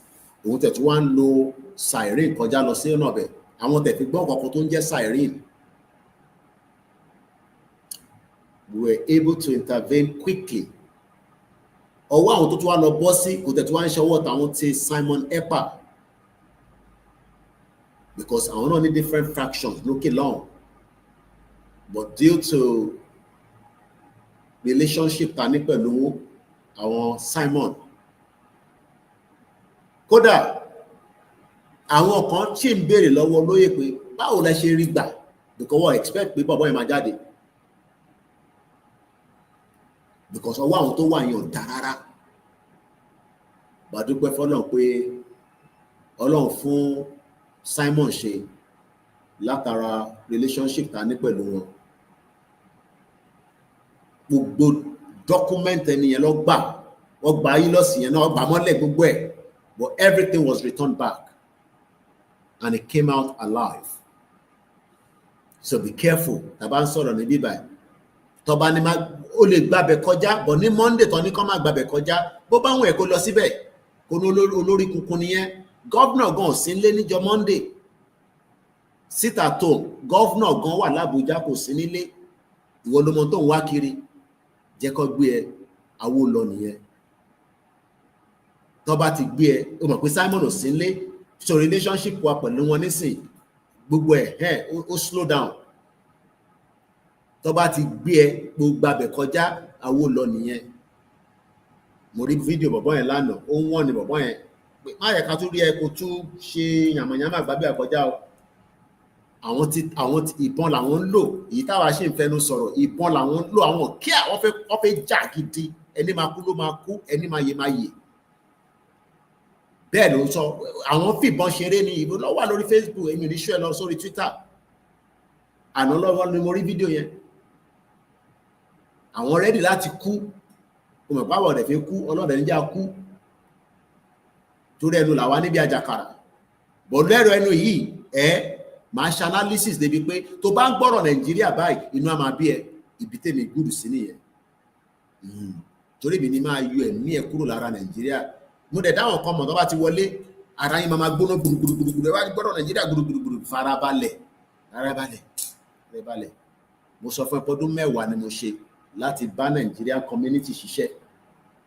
Wọ́n mọ̀ mí nínú embassy back to back. So gbogbo ìtí wọ́n ṣe ń sọ para ẹ̀ gbóná yẹn, ara tèmi náà ó ti gbóná bẹ́ẹ̀ ní sinmi ara ẹ̀ láìpẹ́ ìlú òfò lákan ṣe wà láàfọ̀. Ọlọ́mọdé àṣàṣedà púpọ̀ nù yín, púpọ̀ nù wa gan kí tẹ̀sán bá ti ṣàṣedànù with the hope pé Nàìjíríà máa dà. Gbé pálí òfò dání, pálí tó ní mínì. Ọba kan ló ń fi pálí ìlú mi ìwọ̀n wá. Ìyẹn ò tẹ̀ yẹ kó jẹ́ kí ó jẹ́ reflector fún ẹ. Tí Koiki máa ń sọ lédè yìí, àṣà ọba gan ti já sí. Kò ní di visa náà, tó bá ti dé airport kó kọ̀ ra tíkẹ́ẹ̀tì ni. Ṣé wọn náà lè ṣe bẹ́ẹ̀? Tí wọn náà bá ti lè ṣe bẹ́ẹ̀, máa sọ pé Nàìjíríà máa dà. Ìyẹn ló easy jù. Tí wọn náà bá ti lè ṣe bí ọba yẹn, tó lè sáré lọ tó sáré bọ̀. Àbí tó dàbí ẹ̀gbọ́n mi Délé Mọ̀mọ́dù. Ṣé rántí pé Délé Mọ̀mọ́dù ó escape ni? He was almost killed as well during the June 12. They end up in UK pẹ̀lú Tinubu. Gbogbo wọn claim asylum. Ọlọ́run bá wọn ṣe, wọ́n rí ìwé gbà. Wọ́n rá àwọn ọmọ bí wọ́n gba British passport. Sọtẹ́bárí tó ń fò káàkiri tó ń sọ fún yín pé òun tó ẹ̀ṣú ṣe PDP mọ́, ADC làwọn ń ṣe. Ní táwọn máa jẹ làwọn wá lọ́wọ́lọ́wọ́ yìí. Ó ní British passport lọ́wọ́ bó ṣe wà yẹn, visa kan ló ń gbà káàkiri o. So èmi náà ní sí tèmi wá pariwo pé ká pín, èmi náà ní ìwé o. Bó ṣe rí mi, visa kan ni mo fi padà lọ sí UK o. Èmi náà ní ìwé o. So ká lè jọ balance ẹ̀, ká lè mẹ́ni tó ń sọ títọ́ àtẹni tó ń parọ́ fúnra wọn. Èmi náà lè ṣe báwọn náà ṣe ń ṣe, kí n máa ṣe bí Délé Mọ̀mọ́dù, kí ló ń ṣe? Èmi náà ní network yẹn lọ́wọ́. Gbogbo tó ń ṣe ìwé ovation tó dálẹ̀ bí UK ló ti dálẹ̀. Koikimedia tèmi náà dálẹ̀, ibi UK mo ti dálẹ̀, ó yẹ kémi náà wálé nísìn kí máa ṣe big boy. Kémi náà máa ṣe big boy. Kọ́ ní Range Rover, kọ́ dẹ̀ fún mi náàmì kan. Ká dẹ̀ connect mọ́ gbogbo èèyàn. Gbogbo ẹ̀ nìgbòwó ní o. Ẹ mà lè kúrò nílùú mà ní. Mo ń bọ̀ níbẹ̀ yẹn torí mo ti fún yín lórúkọ ìlú tí mo náà lè ti kàwé. Ó send message sí mi ọmọ yẹn bí a bá bẹ́ẹ̀ ló send ẹ̀ sọ́wọ́ forward ẹ̀ sí mi torí mo ní nọ́mbà ọmọ yẹn. I graduated from máa forúkọ yunifásitì yẹn sílẹ̀ but ìlú tó ti graduate yẹn ni màá wá ṣàlàyé fẹ́yìn. Ìlú yẹn ni mo fẹ́ kẹ́yìn mọ̀. Let's end this. A ti fún yín ní security ti UK against Nigeria. Now, máa ẹ̀kẹ́ni kankan sọ fún ẹ pé in tó ń ṣe yẹn wọ́n máa mú ẹ sí, sọ fún ọ pé kọ́ mú gbogbo wa sí. Ok, tó bá dé stage kan kùmọ̀ ní gbogbo wa sì máa kó síta. Kò tí ì dé kùmọ̀ nísìn torí pé kò tí ì wọnú blood district wa dáadáa. Torí nígbà tí Britain ń bọ̀, Britain ò mugi wá, ìbọn lọ́ fi wọ́n bá gbogbo wa jà, ìbọn ní mo wo múfì kan lánàá lórí Netflix.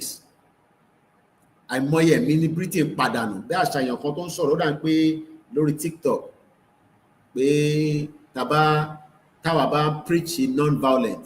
Àwọn wèrè yóò preach non-violent nígbà táwọn wà. They were violent gidi ni o.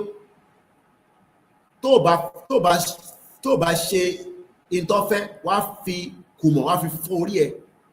Àìmọye àwọn ìtọ́jú sómi tí crocodile jẹ nígbà tó ń lọ, ẹ tó bá kọ̀wé kọ́ pẹ́kẹ́ nígbà tó ń kó wọn ní slave trade ó jù sínú omi kó máa kí ṣáàkì jẹ́ dànù. Ìyẹn ni bàbá wa professor ṣe apology fún àwọn tó kó lẹ́rú lọ. Tẹ́ bá rántí ní iye kan, ní kó má bínú kó yọ́nú sí wa.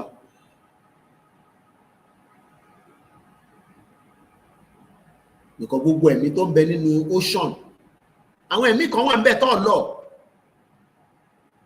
tó ń bínú pé àtàwọn dànù as ẹrú. I don't think some of you understand what it means.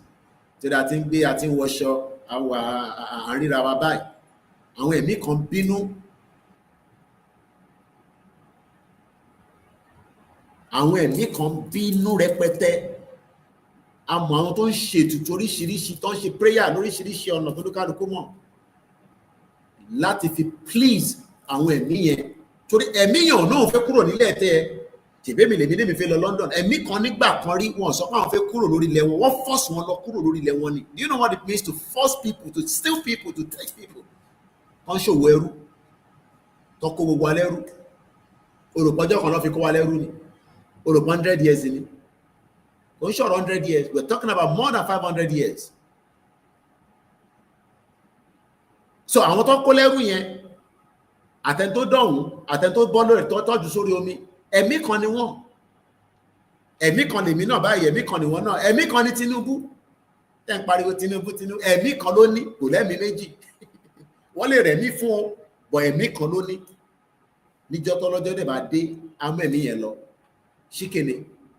Èèyàn máa kú ni, inú plane ló máa kú sí ni, inú mọ́tò ló máa kú sí ni, accident ni, ọ̀nà kan náà la máa fi lọ. Kọ́lọ́njà kúure náà ni. tó ẹnu irú Babangida ò ní kúure, gbogbo ẹnu mo fi sọ. Àwa ń gbàdúrà pé kó má tẹ̀ tí kò ní síbò kò ní kúure. Irú Buhari àkútúkú ẹ̀ lọ́run.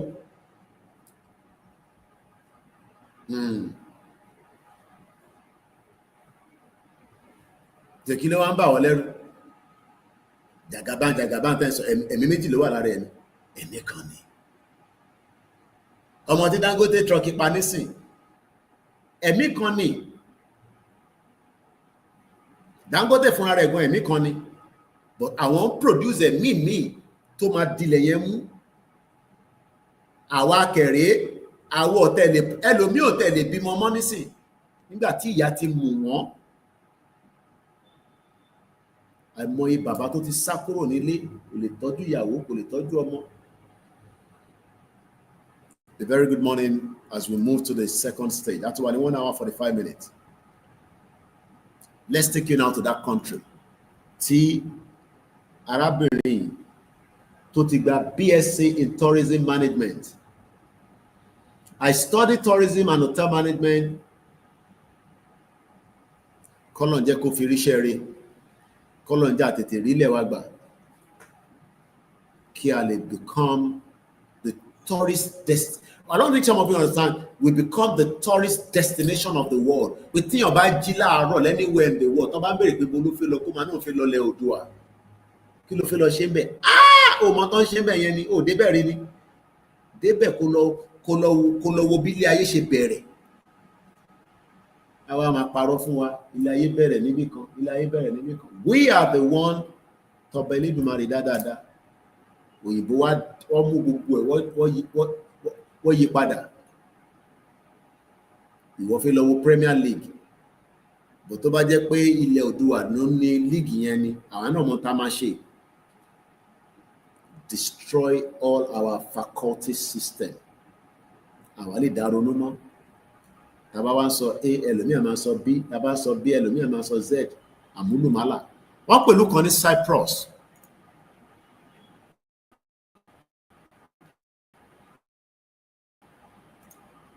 Mo kẹ́yìn yẹn wá. Cyprus níbẹ̀ lọ́mọ yẹn ti kàwé. Kò tó Àlímọ̀ṣọ́ local government in terms of population. À ń sọ̀rọ̀ èèyàn tí ó kú lọ́spítù.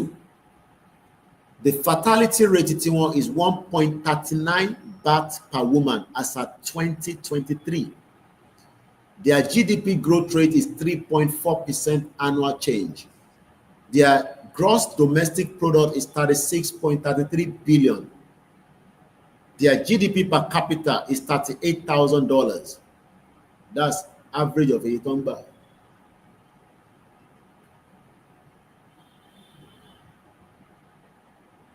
$1.3 million. Cyprus, officially the Republic of Cyprus, is just an island. Ireland in the Eastern Mediterranean Sea. It is culturally identity. Shall our culturally identity in Nigeria, Lenny? The answer is no. We are not. We are not culturally identity in Nigeria because Mukima Bawa Daniel Adeyemi, thanks for the super chat the other day. And how is London today? The Banki Wangara UK. Can't wait to be back. I've missed my children. I'll go back and spend some time with them. But we still have work to do. But my father was school. But the first couple of days, came and moved to school. That's the joy of every parent. She be one of my mama want to lost school here. Abi ojú àmà tiẹ̀ pé tó bá dé school ni Mr. Lágbájá mà sanwó last time. The tenure tó lọ tán Sylvester tó ti sanwó. Ẹ tún tún mọ́mọ́ ìdé ni ẹ wá negotiate ní public school. Àbí gbogbo yẹn ló sanwó school. Ní public school ẹ mọ̀ kán gbowó ní public school náà. Okay, what the one tell us private school. Gbogbo anísìn oríkàlùkù wa náà àwọn ta ló ti gba bill látọ̀dọ̀ family ẹ̀. Táwọn ọmọ fẹ́ wọ school. Èmi ti gba bill. Àbúrò mi ti send the bill sí mi. Ó list gbogbo ẹ̀ báyìí. Mo kàn sọ fún pé I don't have any money now. Ó dẹ̀ ní okay. Tí bá dẹ̀ wá ní oúnjẹ 100,000 ní 50,000 ní màá fún. Ó ti send the bill sí mi. Àwọn ọmọ méjì èyí tí school wọn máa cost àti gbogbo expenses. Ìlú yẹn ló ní kémi àti ẹ kájọ wá jókòó kájọ máa operate ẹ.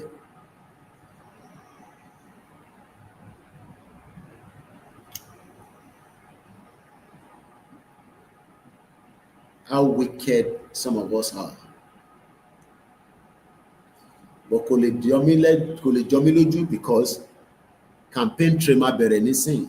Ayé àwọn olóṣèlú ayé pọ́parọ́ látòkè délẹ̀ àìbáyé wọn ṣe rí nìyẹn. They are good at that. Àwọn máa ṣe this, àwọn máa ṣe that, gbogbo nǹkan làwọn máa ṣe fún wa láti 25 years. Èwo ló ṣe fún yín? Nothing but lies. Let's leave that and now return back to President Bola Tinubu sọ̀rọ̀ 6 hours ago. I don't want to dive into too much of the Cyprus, but if you talk my ethical, I'll leave it like that. And I've given you that many of us don't know the impact of what Nigeria is doing on our lives. Bàbá yẹn nígbà táwọn dé Turkey airport tí máa ń sọ yẹn, wọ́n ní Mr. Koiki. Tó bá rí èrò tó wọnú airport yẹn, èrò tó wọnú airport yẹn, wọ́n ròyìn ọ́fìtì. Bíbi ṣe sọ gẹ́lẹ́ náà lórí nígbà táwọn land sí Turkey tó wọnú airport yẹn. What?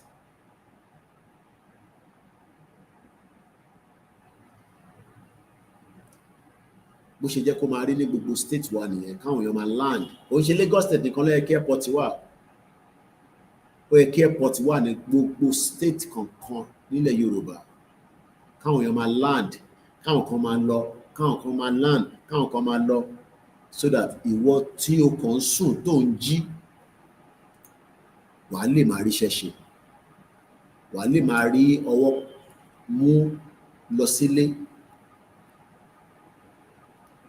But many of us continue to pray that Nigeria will be great. Bẹ́ẹ̀ni, ẹni tó bá ní Tinubu mọ̀ nípa drug One know drug in America, what some drug is account. I don't think you know what the meaning is like that. Oh, drug, what source account? Oh no, woman. Ṣáwọn èèyàn lè sanwó sí àkáǹtì mi nísìnyí kí n má mọ pé irú owó ò lè san sí mi.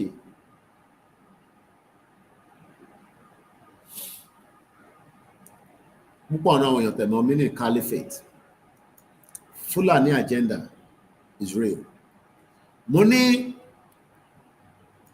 fídíò tí mo fi wọ̀n wá lẹ́ẹ̀kan fẹ́yìn tẹ́ṣẹ̀ wọlé. Gbogbo wọn ti mọ̀ nísìn pé we are making a lot of you to know things you don't know before. So àwọn náà máa gbé àwọn kan jáde, ó yẹ lọ sọ̀rọ̀, ṣé ká wà together. I'm not going to play the video because I don't have any reason to play it. Ẹni tó bá fẹ́ wò kó lọ sí orí page ẹni yẹn kó lọ wò. This was yesterday, I believe. Yoruba versus Igbo versus Hausa, kò sí kankan tó ń jẹ́ Hausa. Bọ̀bọ̀ tó ń sọ̀rọ̀ tó pé rẹ̀ láwùsá níbi ìbàí Fúlàní ni. Mo ń wọ ọba Jẹ́bà lánàá lórí Facebook. Tọ́ni wọ̀ san sálárì fún. Wọ́n nígbà tó fi jọba, bàbá yẹn tó fi jọba, nígbà tí Sàràkí dé ló yọ kúrò. Ẹ mọ̀ kí mo ti sọ sórí àwọn Sàràkí fún yín. Ta ló mọ̀ bí tí bàbá Sàràkí ti wá? Bàbá Sàràkí, Sàràkí kan náà, Bùkọ́lá Sàràkí yẹn. I've done the video before. Ta ló rántí ibi tí mo ní bàbá ẹ̀ ti wá? Ta ló rántí ibi tí mo ní bàbá Sàràkí ti wá?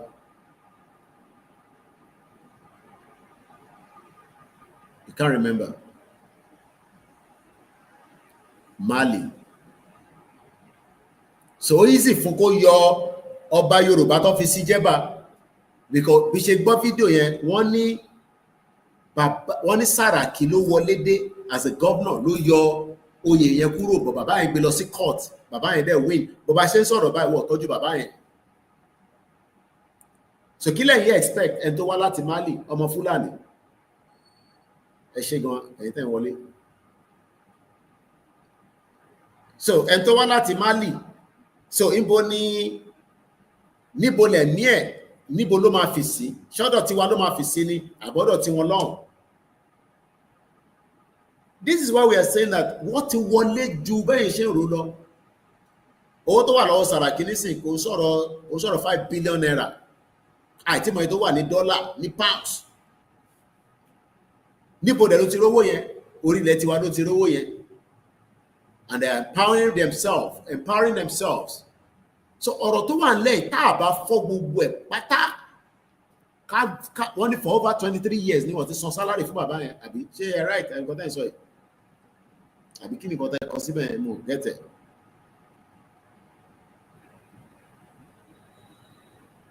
The same drug baron was in Japan, Los Angeles to Brazil, back to location 419. Bẹ́ẹ̀ni, ó lọ Japan, àwọn yẹn tètè ya jáde pé rọ́ ni o, àwọn oníkẹ́ni kankan àwọn máa fún ní visa o. Gọ́ọ̀mẹ̀ntì náà ya jáde pé kò rí bẹ́ẹ̀ mọ́. Brazil kan tìyín ni, kò sí kankan tí Brazil fẹ́ ṣe. Wọ́n ní direct flight máa wà láti Nàìjíríà lọ sí Brazil lọ́la Swani. Okay, nípa Jẹ́bà yẹn, ẹ ṣe gan ní MSK. So ó easy fún Sàràkí láti yọ ọba yẹn kúrò because Sàràkí Fúlàní ni. Fúlàní ni wọ́n, parako Fúlàní. Bọ̀tẹ́ bá rí nísìnyí mọ̀ pé Fúlàní ni.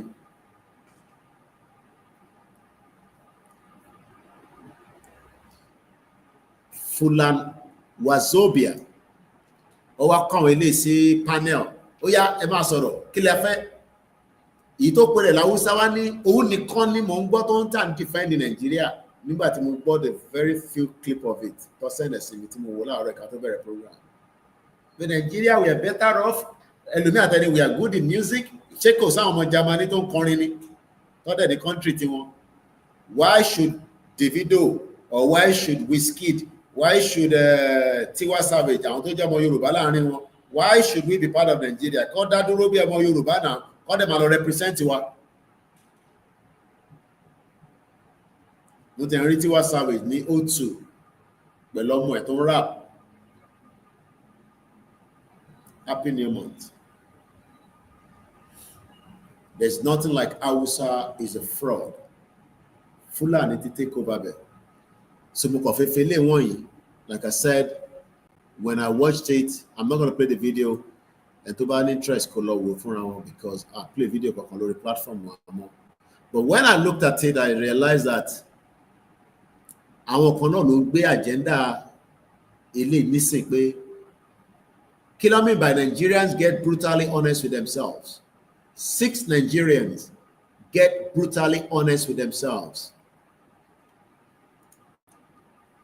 They want to participate in a future cruise video. Okay, you want to participate.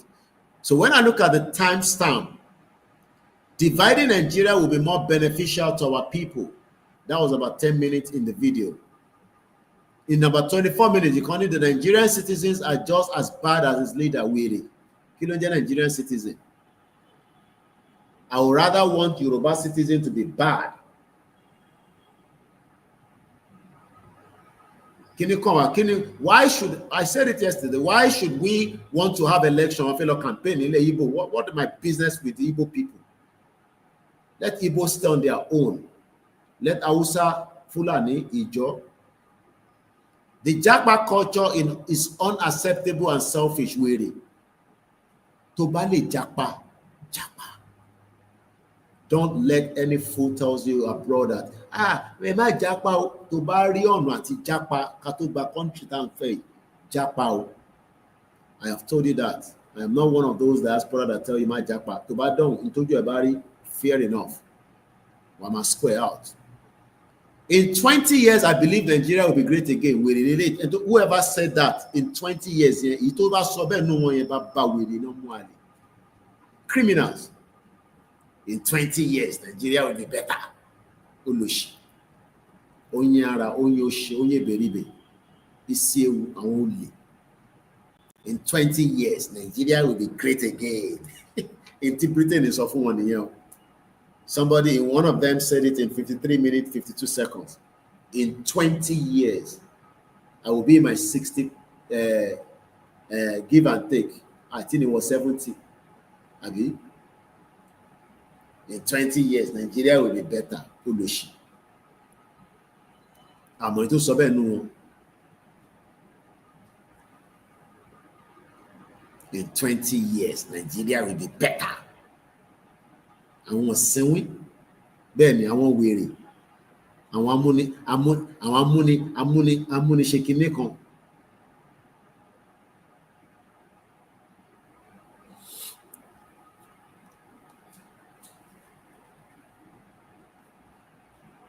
Àwọn sẹ́wìn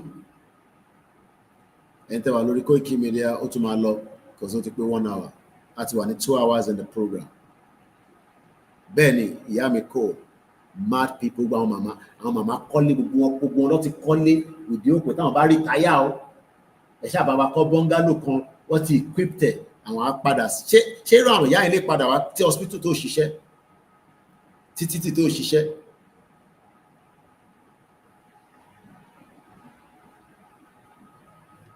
Ẹ ṣé gan-an ẹ̀yin tẹ́ wà lórí ètò láti wà in the Yoruba part of it. Mo ní the first hour is in English because at one month of United Nations General Assembly. And I want some of my message to direct to that part. So Tabanshi program, I might use the first hour in English.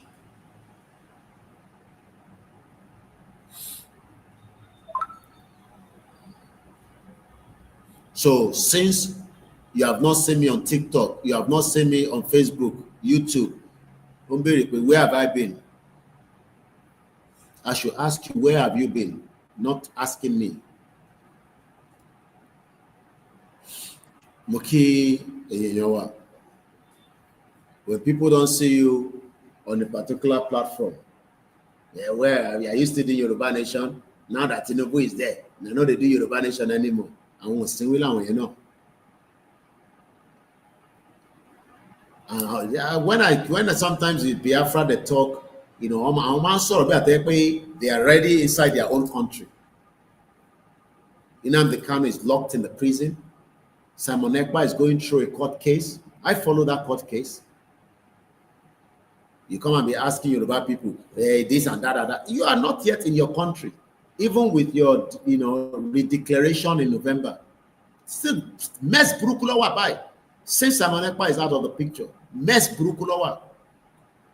Enuwoko. They are fighting each other. Ngozi Oraboeze àti ìtọ́jẹ́ finance minister àwọn àtàwọn tó wá pẹ́ra wọn ní DOS, àwọn èèyàn tẹ̀ believe in autopilot. Ìjà burúkú wà láàrin wọn. But they are more interested in because more power she need the backbone. Àwa la lè kán gbogbo ẹ̀ lọ́rùn. One more, the Igbo knows that it's the Yoruba people that can break it, especially our Tanshi movement about serious. The only difference is that I want in low weapon, not too long. They're using full weapon now. I saw the video yesterday. Full weapon now. I won't be afraid and look long. I won't care nípa àǹtọ́jú ìbọn wọn fìbọn wọn ní ẹni máa kú ló máa kú ẹni máa yẹ. But àwa sì ń ṣe àwọn oníbọn o. But anyway, a máa fi bá wọn jà lórí social media. That's just the difference between us and them. And the reason why táwọn ṣe ń lò bọ́ ni pé àwọn ti face ogun rí. They've been into a war before. So they are ready to fight it square out. But they have not pushed enough. There's still a governor in Anambra. There's a governor in Imo State. So what are they talking about that they have Biafra? They don't have a Biafra country yet. They don't have a country yet because they are still not in control of that country. Don't put Biafra, even after their redeclaration. And not all of them believe in that redeclaration as well. DOS doesn't accept the autopilot. So Ijawa Lani go on. And I believe Tinubu wants to use Nnamdi Kanu as a bait going into 2027. Tinubu ya will come bait no fellow because he will tell the the Fulani Sheri Nnamdi Kanu ma to sile fun yin but ko le tun Nnamdi Kanu sile. I don't know why he's holding Nnamdi Kanu. He has no reason to hold him. Tinubu has been in the same situation before. Why are you holding Nnamdi Kanu? Release him and let him go. Doesn't mean that you will give him what he wants. So what's the difference between it? So releasing Nnamdi Kanu, but Nnamdi Kanu is like an obstacle that Britain doesn't want Tinubu to release. Britain must offer Tinubu, but not releasing Nnamdi Kanu. Whatever you are going to do, keep that man inside that prison. Don't release him. Britain I don't most of it. Our conscience near of if so problem. No, I don't see them as a problem. I have met the two of them physically. I was sitting right in front of Oni Orishabai, live and direct. Now, Koiki, mi dáadáa ni Oṣakon òun náà. Gbogbo tí Koikimedia ń sọ ni mò ń gbọ́. Ó bú wa, ó sọ̀rọ̀, but kò ń ṣe pé àmọ́ tó yẹ ká ṣe. Mo rí bàbá wa láàfin, wọ́n sọ̀rọ̀ private, ìyẹn ṣe fún public consumption. But Britain ni the biggest problem I'm facing in Nigeria. Anybody tell you any other thing to throw down? Britain is the husband, Fulani is the wife.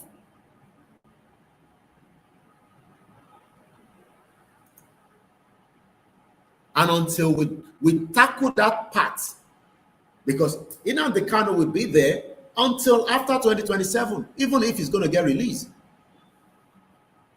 Tinubu will never release Nnamdi Kanu. I come up with torí pressure máa wà. We are for Igboho ní freedom ẹ̀.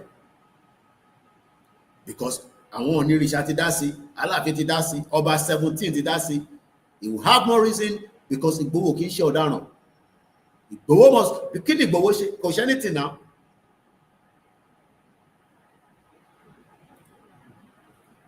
So kí ni Igboho ṣe? Wọ́n pààyàn ẹ̀, ó dìde, ṣé kó má dìde ni? Nígbà tá ní bàbá aláṣọ funfun tó káàkiri tó máa jọ̀pá gbàgàgbàgàgbàgà. O rò pé mo lè dárúkọ ẹni Gani Adams ni mo ń sọ. O rò pé mi bẹ̀rù anybody. Talking about Gani Adams. Responsibility Gani Adams ni to have look after our security because it's the generalismo. Jagunjagun ni. But come lọ pàtí káàkiri kó máa jọ̀pá. Ìyẹn ọ̀dà. Let's face the Fulani. Ká bá wọn jà. Train àwa náà, I'll tell you wọnú gbó. You think we are scared to carry gun? I carry gun. Kí ló wà nínú ká carry gun? Ẹ train wa ká wọnú igbó ká lọ bá wọn jà.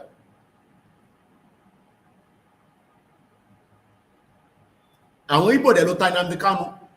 Because nobody knows Nnamdi Kanu was living in Kenya. Àwọn ará wọn náà ló ta náà. Kí ni problem àwa pẹ̀lú yẹn? So don't come on our platform and be saying, where have you been? Kí ni kàn pẹ̀lú where have I been? You know, ní kọ́kọ́ ṣe pẹ̀lú ẹ̀yin. Face your Biafra, let's face our own, our quest. So let's come back to Inti Tinubu sọ lórí X. I saw that as I was about to kickstart. And I've told you many times, believe Tinubu at your own peril. Tó bó ṣe wà yẹn, gbogbo ọ̀nà ló máa lò pé kí 2027 yẹn kó tún lè já mọ́ òun lọ́wọ́ padà. He's good at that. He's a politician. Believe any politician, they're liars. Even in UK and America, never trust any politicians. Oh, yeah, you look on the South Africa. Let's go and read what Tinubu said. A very good morning and welcome. Gbogbo ẹ̀yin tẹ́tí darapọ̀ mọ́ wa látòkè láti ìgbà tá a ti wọnú ètò. Mo kí wa pé happy new month. Ọlọ́run tó lé ní tó lọ́la á wà pẹ̀lú wa, àbọ̀ ẹ̀ kò ní kúrò lórí wa. Fúlàní ò ní jí wa gbé. Àní rìn nígbà tí táǹkà epo wèrè tó ń káàkiri tó ní break. Ìkan ṣẹlẹ̀ lẹ́yìn wọ́n sẹ̀dẹ̀ sí mi lánàá láti opposite NDLA office tí PMS tanker tó jábọ́ tó ṣe gbà ọ́. Ṣáwà careful. Máa yín mú pé tí mò ń sọ ní bíbá, all these are agenda. Even if it's a bad road. Mo kí Adams Ọlámilékan káàárọ̀.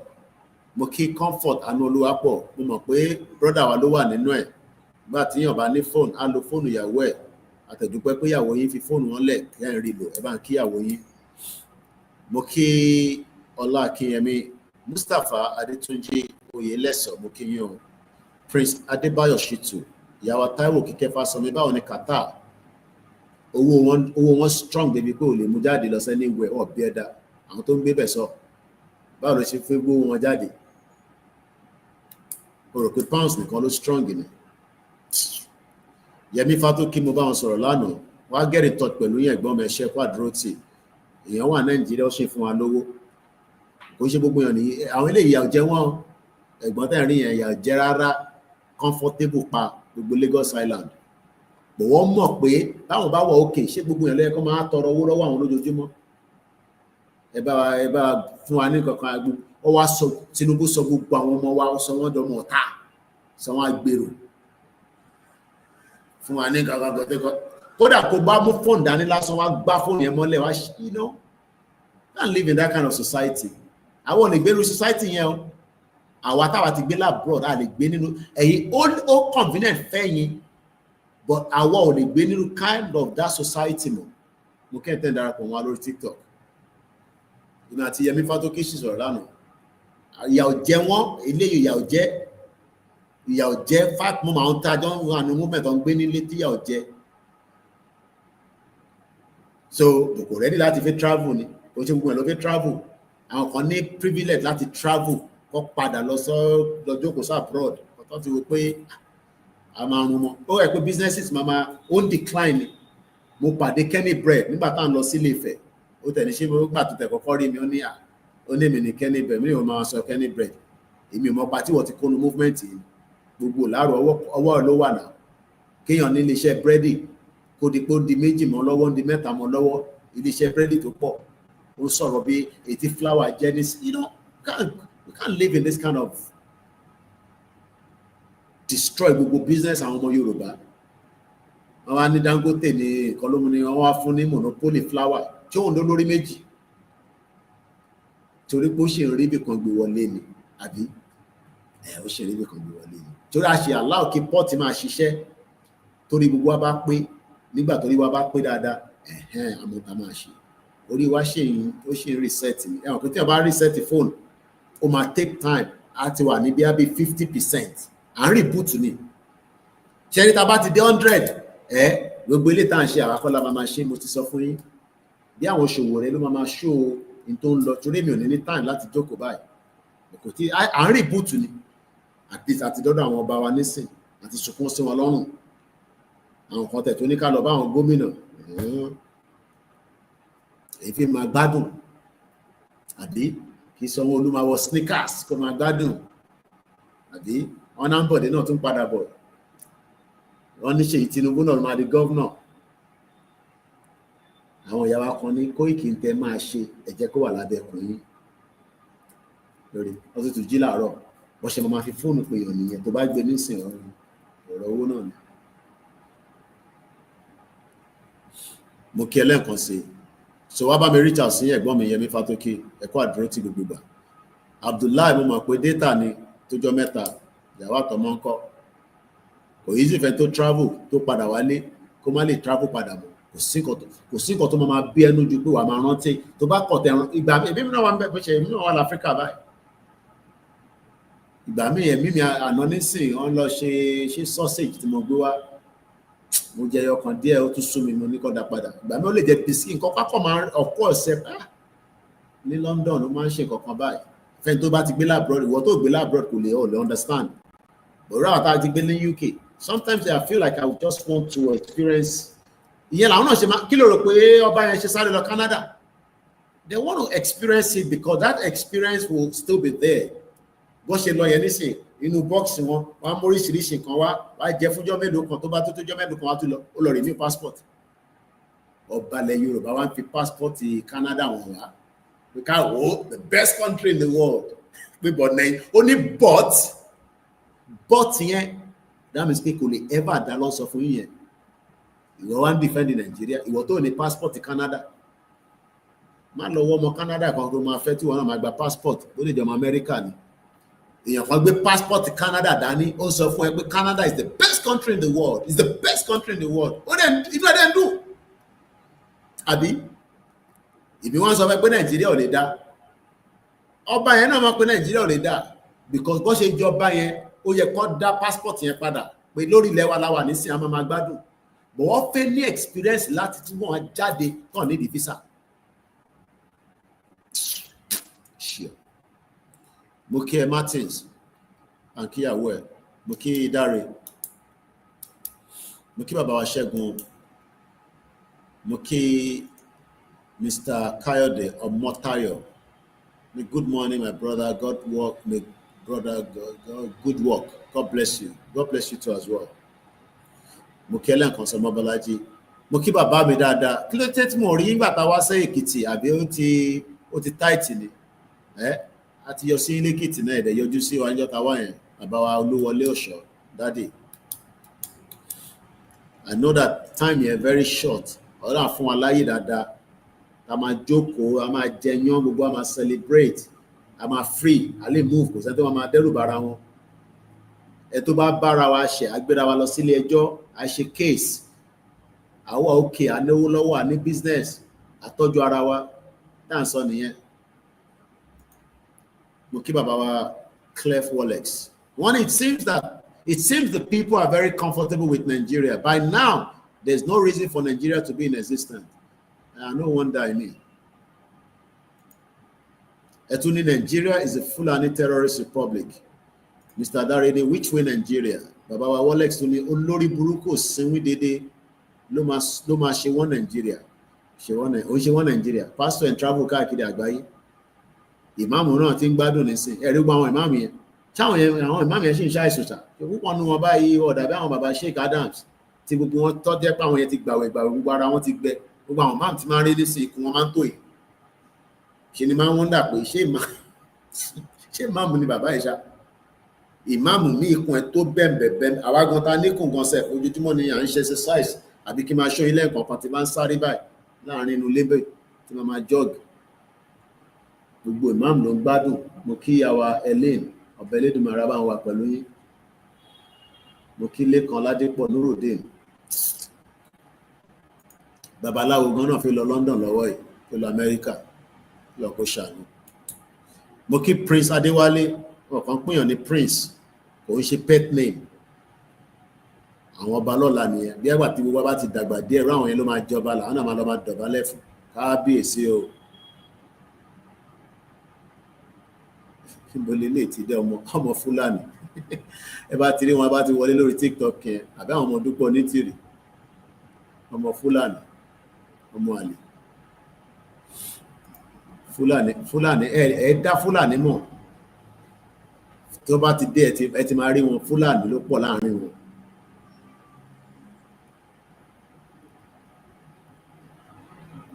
Wọ́n ti darapọ̀ mọ́ wa ló kù díẹ̀ ní ta máa ṣe fún yín abẹ́kùn wa ló wà kò ń ṣe ta máa sọ lórí social media ó ń súnmọ́ bọ̀ ni ó ń rìpúùtù lọ́wọ́ ni. Mo kí ẹlẹ́ẹ̀kan sí Ọmọbọ́lájí Abdullahi, mo kí bàbá wa Clef Wallet. Wọ́n ní Kwara State is siege, ìyẹn Kwara tẹ̀tí lọ wọ́n kó ṣàánú wọn níbẹ̀. Should be a big warning and signal for Yoruba land. Next might be Oyo. Next might be Oyo. Ó kù díẹ̀ ni. Ìta máa ṣe fún Fúlàní ó kù díẹ̀. Fúlàní ò defeat wa rí. Ò defeat wa rí.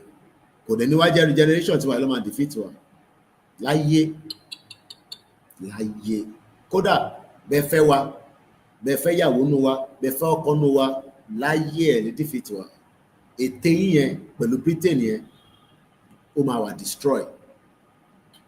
Ọ̀dọ̀ tó máa wà destroy là ń bá lọ ẹ̀ à ń reboot ẹ̀ lọ́wọ́ ni. Torí ẹnu táwa fi ń sọ̀rọ̀ yìí mo sọ fún yín lánàá pé ẹni tó bá ní mò ní tó dé láàárọ̀ yìí òun ló máa ti kú kéèmí tó dé láàárọ̀ yìí. Tẹ bá sá kò ní wọlé torí àwa náà dúró àjòrò torí àmọ̀rọ̀ èèyàn tẹ jẹ́ gbogbo yín pátá tẹ̀ ń sáré lọ́tún lósì ọmọ àlè Fúlàní ó ń béèrè owó tí bàbá ẹ̀ ń bẹ̀zù ọmọ àlè kò béèrè lọ́wọ́ Dangote gbogbo owó tí Dangote fi kọ́ rìfánárì níbo ló ti rí wọ́n fi odidi Central Bank wọ́n fi odidi Nàìjíríà wọ́n fi lọ yáwó níta wọ́n pè ní Dangote refinery. Wọ́n ń bọ̀ ní wọ́n ní ọjọ́ ń bọ̀ lólúwa wí tí wèrè máa jáde síta tolúkálukú máa sáré wìtì wákà kí ọdún ló ń ṣẹlẹ̀ ń bẹ̀ yẹn eré tatata ó ń bọ̀ ní tàbá slow down pẹ̀lú ọ̀rọ̀ tá à ń sọ bẹ́ẹ̀ kò ṣe pé kúrò lórí ó ń bọ̀ lọ́lọ́run wí ìyàtẹ̀ ti fi jẹ wá yẹn ó ń bọ̀ ni à ń rìbùtẹ̀ lọ́wọ́ ni àdúgbò báwọn bá wa ti mọ̀ pé gbogbo ta ti sọ ó yé wọn ṣọba máa náà mọ̀ pé mo sọ pé a máa jà wọ́n mọ̀ pé mo sọ bẹ́ẹ̀ mo ti mẹ́nu kúrò níbẹ̀ bá a kò sọ̀rọ̀ lé lórí ni diplomacy òun náà là ń ṣe lọ́wọ́lọ́wọ́ nígbà tá a bá kó gbogbo ẹ̀ sórí tébù fún yín tẹ bá wá ní ẹ̀fẹ́ ok ó ń bọ̀ lọ́lọ́run wí mo kí ẹ Bishop Adésínà ó ń bọ̀ ni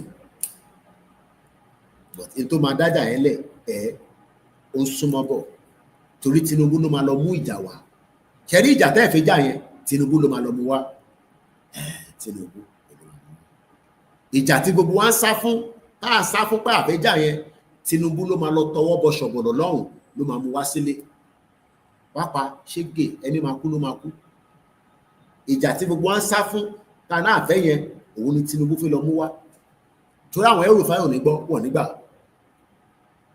I don't know what they want to do àwa náà fímú sílẹ̀ gan agbé gbogbo intelligence síta but kò tí ì mú kankan jáde.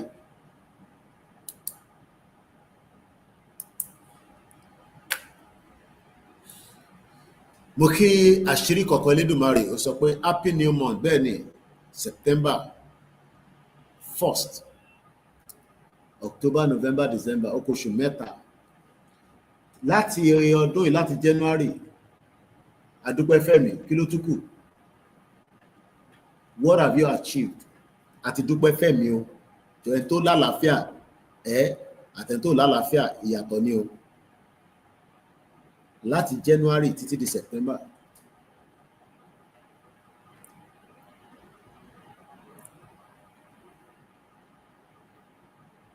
wọ́n ti gbé gbogbo amọ́ra.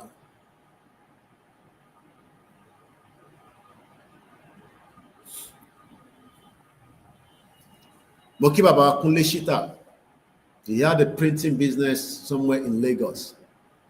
Nigeria, the economy in Nigeria, who closed down. One man about pound sterling to fit run business. Kò mówó wọlé, kò mówó jáde.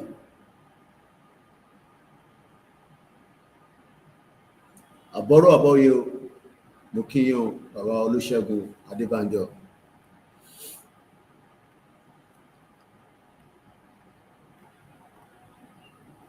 All right, I think we're good to go. At a capture, gbogbo èyí tí a ti kí. Àwọn tó bá dẹ̀ kọ́ àmà kí. Now let's move swiftly because ọjọ́ náà ó máa ń sáré ni. Happy New Month lẹ́ẹ̀kan sí o, ìyàwó Margaret, mo kí bọ́ ẹ̀ tẹ́ darapọ̀ mọ́ lórí TikTok. Àmọ́ ti blọ́ọ̀kì wèrè Fúlàní pọ̀ láàrin wọn. Àpá àwọn tó máa ń sọ pé Yorùbá ni wọ́n Fúlàní parako tó gbọ́ jù mí gan lọ wọ́n ṣe wà yẹn. Now, I want to take us back to Tinubu because when we say Tinubu is not working for us alone, agenda ó ti sọ ní 9 hours, ó ti di 9 hours, listen. Only dear Nigerians, mo kí plan B. This was posted on his X handle. Definitely, I'm going to post it. Show anyway, because I don't think he knows how to use all this. But he proposed that he has a lot of stuff. Only I took an oath. Láti serve gbogbo Nigeria, kò ṣe pé láti wá serve ẹ̀yin nìkan. Only I took an oath to serve all Nigerians and not a section. That oath guides every bridge, road, rail, power, health project we deliver. From Lagos to Calabar Highway, bí Tinubu lo 10 years kò lè parí project yẹn. Tó bá dẹ̀ lọ project yẹn bí kíbi tó bá ṣe dé náà ni bam, àwọn lọ nìyẹn. How many people agrees with that? The Calabar, the Lagos Calabar Highway project tí Tinubu dáwọ́lé nísìn. Àmọ́ pọ̀ fi kówó jẹ ni normal nìyẹn. Àtayébáyé ló ti ń ṣe yẹn. But ṣe believe pé tí Tinubu bá lo, I'm not talking about 4 years again o, kó tún fún another third term ṣó lè parí project yẹn. Let's be honest with ourselves. Even tó bá tẹ̀ náà níyàn tó dá ṣó lè parí Lagos Calabar Highway because kò lè parí ẹ̀ in 4 years at the second tenure. Why then are they taking loans and wasting resources? Ṣé èmi ni mò ń fúlù yín ni àbí Tinubu ló fi fúlù wa báyìí? Let's divert that money. Ẹ pín sí different states. Ẹ bá wa gbogbo láti Ìbàdàn yẹn at least àti gbọ̀nà yẹn dáadáa nísìn. I am not talking about Lagos Ibadan Expressway now. I'm talking about láti tí wọ́n bá gbéra láti Ìbàdàn láti bí Soka Junction pé yàn lọ straight down. Ọ̀dà pọ́ṣà lọ wá tàn níbì kan mo rí lè mọ àwọn ọ̀nà yẹn tó lọ towards Ọ̀ṣun state. Ṣèbọ̀ Ọ̀ṣun la máa gbà jáde lọ sí àńlọ Èkìtì. Ẹni kọ́ bá wa ṣe títì yẹn. Ẹni kí Tinubu owó tó fẹ́ fi ṣe Lagos Calabar Highway yẹn ẹni kọ́ divert díẹ̀ nínú ẹ̀ kọ́ fáwa ká fi ṣe títì yẹn kọ́ fáwọn Igbo náà díẹ̀ kọ́ fáwọn Hausa náà díẹ̀ kọ́ fún middle belt díẹ̀. Why trying to start something that will never be finished? Ìyẹn ni mo ti understand. From Ìbàdàn ti Iléṣà, okay, tẹ́ bá mọ títì yẹn bá mi ṣàlàyé ẹ̀. Because tá bá ti gbéra mo sábà kó tá bá gbéra a lọ àjáde sọ́dọ̀ àwọn tó ń takàrà lójú títì yẹn àjáde sí just going towards Èkìtì lọ sọ́nà Òkè Ọya lọ́hùn. Gbogbo títì yẹn pátá àkóbá àdábá tó wà lórí ẹ̀ Ọlọ́run má jàre ni. Ẹ wá náà bẹ̀rẹ̀ Lagos Calabar Highway ní 2025 títí ilẹ̀ Yorùbá ò tí gbádùn ẹ̀ ń sọ̀rọ̀ Lagos Calabar Highway. Who is fooling who? Can he complete that project in 8 years? Because tenure yìí ti tán 30 kilometres tó náà ṣe mò ń rí objective láìpẹ́ tó lọ síbẹ̀ tó ní erosion àbí kankan.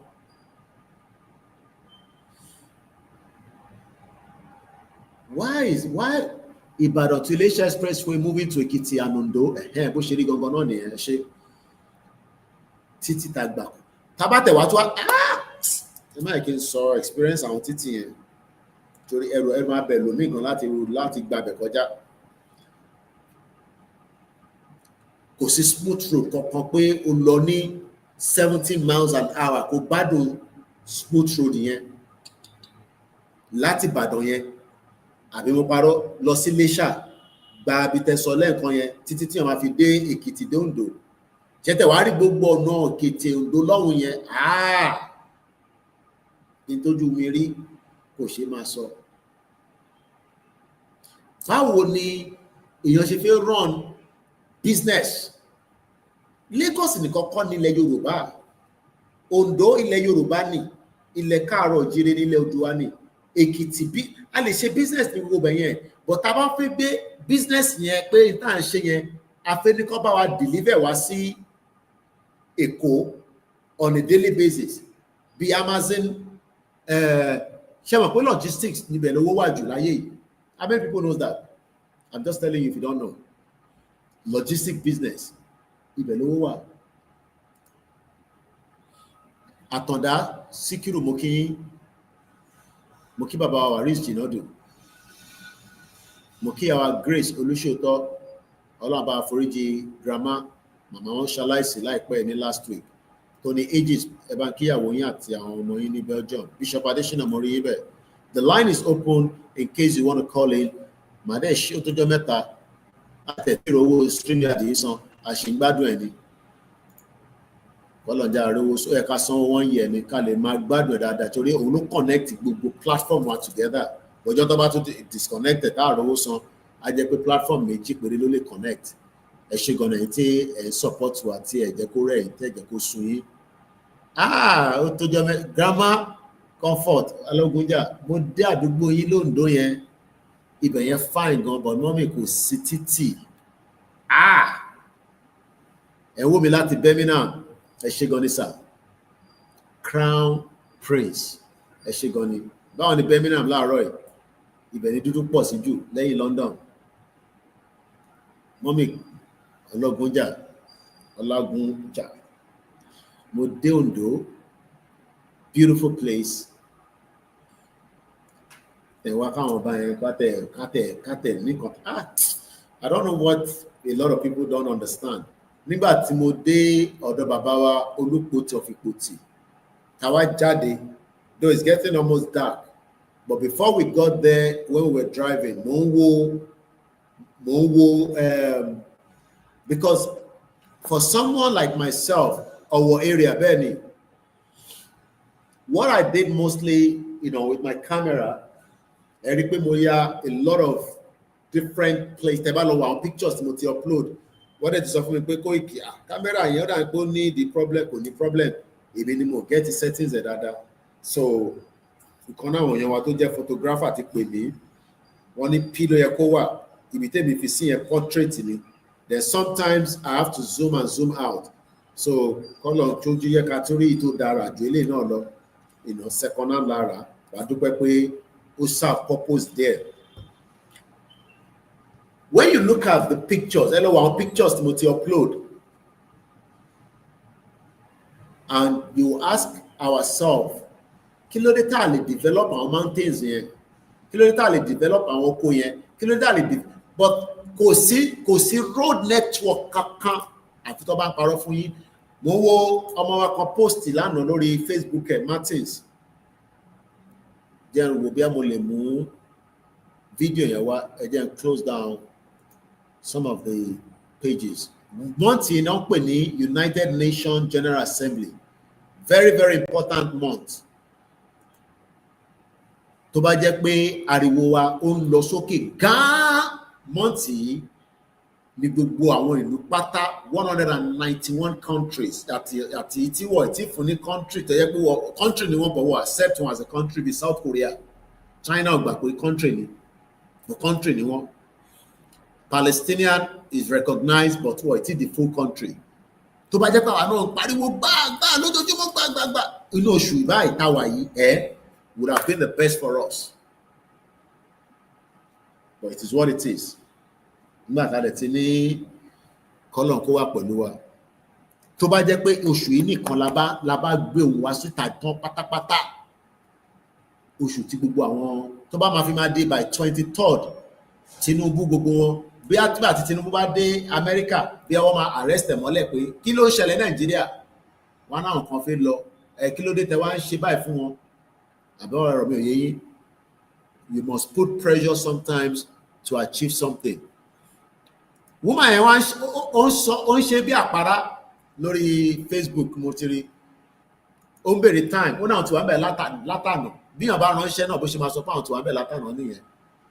Àkábèsì ta lọ sọ́dọ̀ wọn lélẹ̀ Elérò mo ti ń fọ́lù wọn lórí Facebook Elérò wà Òfèrú wà bàbá dáadáa bàbá yẹn sọ̀rọ̀ dáadáa àwọn bàbá lálùbáríkà kò sí gbogbo bẹ̀yẹn pátá kò sí infrastructure kankan tó ń ṣiṣẹ́. Níyàn kan bá sọ fún yín pé infrastructure wà ní Èrúwà ó wà ní Làlẹ́tẹ̀ Ayétẹ̀ Tápà kò sí one single infrastructure kankan tẹ́lẹ̀ tọ́ka sí. Nigeria is a fake country, but it's unfortunate that our people are living in denial. Èní ní day 82 bó pè ní Oòduà nation kò ní kankan tó bàjẹ́ bó pè ní Yorùbá nation bó dẹ̀ náà pè ní Yorùbá nation o lè stop àwa tá à ń pè ní Yorùbá nation. Bàbá Akíntóyè tí yìí òun padà pé Yorùbá nation ni àbí kò ń ṣe Yorùbá nation kọ́. So because a lot of people continue to get confused about that. Mo kí gbogbo àwọn foreign freelance journalists mi any little thing tẹ́ bá rí and send ẹ̀ sí wa èèyàn kan ló jẹ́ ká mọ̀ pé ní ibì kan ní ọ̀nà NDLEA ní ìyànà ìsọlọ̀ kan náà ọmọ wa ni ó bá wa ṣe fídíò wọ́n ní epo táǹkà ó ṣe kí ni gas tanker tẹ̀ lọ́pẹ́ ó ṣubú lulẹ̀ ó explode. That was yesterday morning. Wọ́n bá wa ṣe fídíò even if it was 8 seconds. It shows that we have a lot of high report. But in terms of when the barring to lo na yi kan yin te fe ka tete sọ̀rọ̀ lórí ẹ bá ma date get the timing very very important. Torí pé ni mo àná nísìn ta fẹ́ sọ̀rọ̀ Tonia tọ́nà àwọn lọ sí restaurant àwọn lọ tọ̀ àbá àwọn lọ yàgbẹ́ ni I don't know which one. Eventually wọ́n lọ́kàn bá ṣe bẹ̀rẹ̀ program èèyàn kan ní 5 years ago ni kò tẹ̀ tí jẹ́ ká sọ̀rọ̀ tán délẹ̀ bó ṣe máa ń distort information nìyẹn. Nígbà téèyàn nìkan ṣẹlẹ̀ sóhun ní March tẹ́yìn sọ pé 5 years ago ṣẹ́yìn ló ṣẹlẹ̀ sí woman yẹn lélẹ̀ ẹ jẹ́ kí n fojú ẹ̀wọ̀n yìí mo kí ìyàwó Rúkáyà àtọmọ́wùnmí ẹ káàbọ̀ mà. So what we are saying to Tinubu is instead of investing in the real project coastal road láti Lagos lọ Calabar ṣe bá wa ṣe títì láti Ìbàdàn títí wọnú Oǹdó ṣe bá wọn náà wà lánàá bitumen níbo lọ́kọ̀ gbogbo bitumen yẹn sí tó fi ṣe títì mo wà àwọn títì mi tọ́nà ṣe báyìí no proper drainage tójò bá rọ̀ báyìí ó máa gbé gbogbo ẹ̀ lọ ni. Nigeria is a scam and it will remain so until we pull out. Bẹ́ẹ̀ ni month táwa yìí tó bá jẹ́ pé every year ni month yẹn nìkan la bá ń ṣe gbogbo tó yẹ ká ṣe tán dáadáa ariwo yẹn máa kan United Nations lára. Nígbà tí wọ́n ń béèrè kó o ṣé mo mọ̀ ẹ́ rí ni o gbọ́ èdè tí mò ń sọ ọmọ Pakistan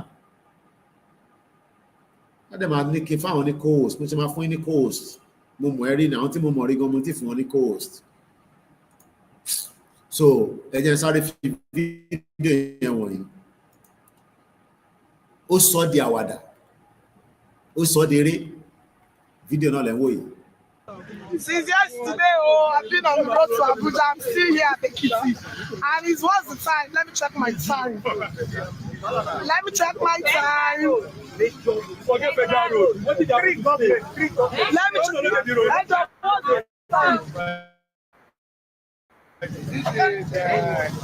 This is so 12. I'm still in the kitty since yesterday. Imagine. This for me. Nítorí kí àwọn asokún fún ni ó ń lọ Àbújá ó ti get stock sí kìtì ṣe àwọn pípa tẹ́mi sọ ádá wípé mo àsọdùn a ní kò sí títì mo pìtì gbogbo àwọn mọ́tò tá gbé jáde ní ìjọ tá ń lọ láti ọ̀dọ̀ àwọn ọmọ látọ̀dọ̀ bàbá Èkìtì tá fẹ́ lọ cross ọ̀dọ̀ àwọn ọmọ Lúkà l'Ondo State mo pìtì kódà mọ́tò chief gan mo kàn pìtì ẹ̀ pé bó ṣe jẹ́ rugged Hilux bó ṣe jẹ́ rọ́gẹ́dì tó yẹn mo ń pìtì ẹ̀ ká má ti wá sọ ṣé mọ́tò táwọn staff ti wá tẹ̀ wá nú ẹ̀ ni Sienna nìyẹn ká má ti wá sọ gbogbo àwọn mọ́tò míì mọ́tò alága Ìbàràpá táyà méjèèjì báàm ó bàjẹ́ exhaust because a máa gbálẹ̀ ní gbàgà tó bá yẹ exhaust yẹn ajá wálẹ̀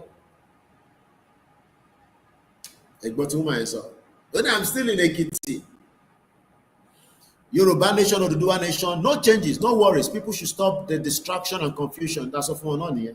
Bàbá tó kọ̀wé tó ná we are Yoruba people. Ṣé orí bàbá yẹn ò pé ni? Ṣáà máa sọ pé orí bàbá yẹn orí ò pé. Èyí lẹ́sẹ̀ máa sọ fún wa nísìn. Yes, you know, ẹni tó fẹ́ pè ní Oduduwa nation, ó ní right láti pè níbẹ̀ because of the awuyewuye oríṣiríṣi tó ń lọ lọ́tún lósì. Èrè ọ̀nàdà ọmọ Fúlàní lélẹ̀ àbí kó jẹ́ ọmọ Ìgbò. Torí orúkọ tó lóyìn nísìn kò àmọ́ èyí tó jẹ́ ń bẹ̀ nìkan tó bá jẹ́ Yorùbá ní ìwọ ni wàá kọrú bí wàá kọrú ilé sí bíbà ẹ̀wù tó kọ nísìn sórí ilé ìpé báyìí nísìn ọmọ àlè ọmọ Fúlàní ó ní Yorùbá movement ó wá fi emoji ẹ̀rín sí ó ní funny people wèrè ọmọ àlè Fúlàní ṣé wọ́n là ń bá sọ̀rọ̀ bí ó pè rẹ̀ ní clip ṣé bábà ní ẹni tó fi ń pè rẹ̀ ní clip tá bá lọ profile ẹ̀ nísìn àti nípa àwọn ọmọ olè tó ń jalè láti ilé tó máa tán fi ẹ̀yin ìyàwó ẹ̀ ṣáà máa wà very careful tó bá ti pè yín tán ní Ìgbò náà wà láàrin wọn Yorùbá wà láàrin wọn tó máa ní máa block ẹ̀ nísìn mo fẹ́ kó gbọ́rọ̀ dáadáa ní kí tó block ẹ̀ máa block ẹ̀ tó bá ti ní wọ́n máa send code kan sí iṣẹ́ táwọn máa ń ṣe láàárọ̀ nìyẹn ó ní funny people bẹ́ẹ̀ ni funny people àwọn tó bí ẹ oníkúure ọmọ àlè ọmọ Fúlàní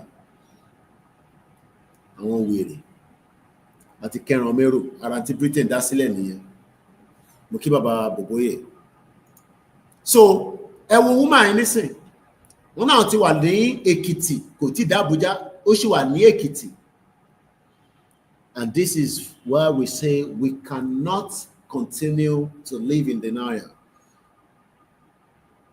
A máa ń kàn gbọ́ pé títí ò dáa it is mo wá rí àríṣà yẹn dáadáa nígbà tá a lọ Òkè Ọya lọ́hùn ní the couple of weeks sẹ́yìn tá a lọ sí ìtagbá ìtàtẹ̀gbà yẹn tó strike brain mi jù tìpa mo fẹ́ complain fún lóye pa olóyè ni máa ṣe sùúrù ni o I kept on complaining ọjọ́ mẹ́ta bá dé báyìí gbogbo ara báyìí ó ro mí ni the road was so bad.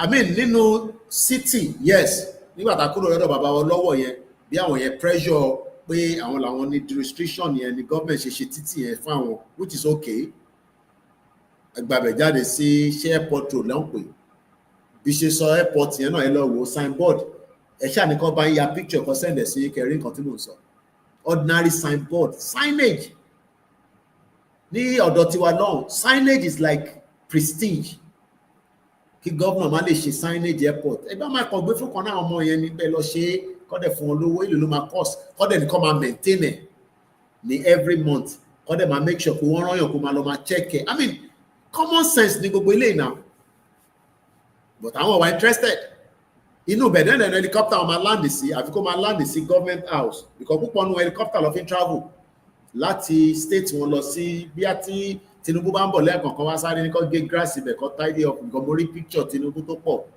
ní ti Ondo yẹn l'Ákúrẹ́ bí ẹgbà tó wá síbẹ̀ ni gbogbo àwọn bánà ṣì wà lára ẹbẹ̀ Tinubu ti lọ tán nísìn everything is dead again 9:30 a.m. in the first let's go back to Tinubu ká fi parí ọ̀rọ̀ yẹn Tinubu ní mo fẹ́ ka gbogbo ẹ̀ ká wá wò ṣé ó ń sọ òtítọ́ àbí ó ti gbé wa ní gógó ẹ jẹ́ ká lọ kàntí ó jáde láti ọ̀dọ̀ Jagaban èyí lẹ máa wá sọ nínú comment section pé ṣé bẹ́ẹ̀ náà ló rí àbí a kàn ń sọ àsọdùn torí ànífẹ̀ẹ́ Tinubu tí mo sọ pé àwa la nífẹ̀ẹ́ jù let's read it further mo kí gbogbo ẹ̀yin tí ẹ wà lórí ètò. I'll read it without any interruption this time around. Dear Nigerians, mo fẹ́ make sure mo wá sórí screen. Yeah, it's there now. Mr. Koiki, in fact, I'm thinking about our movement to Lagos State traffic. Ọlọ́run fún wa ṣe nígbà tó bá tásìkò ẹ̀ tó bá fi lọ sí Lagos State láti lọ yọjú sí ọba Oyèkán, ọba Bariga àtàwọn ọba tó kù bẹ́ẹ̀ bẹ́ẹ̀ lọ. Ọlọ́run kọ́ wa mọ̀ ṣe. Dear Nigerians, I took an oath to serve all Nigerians, not a section.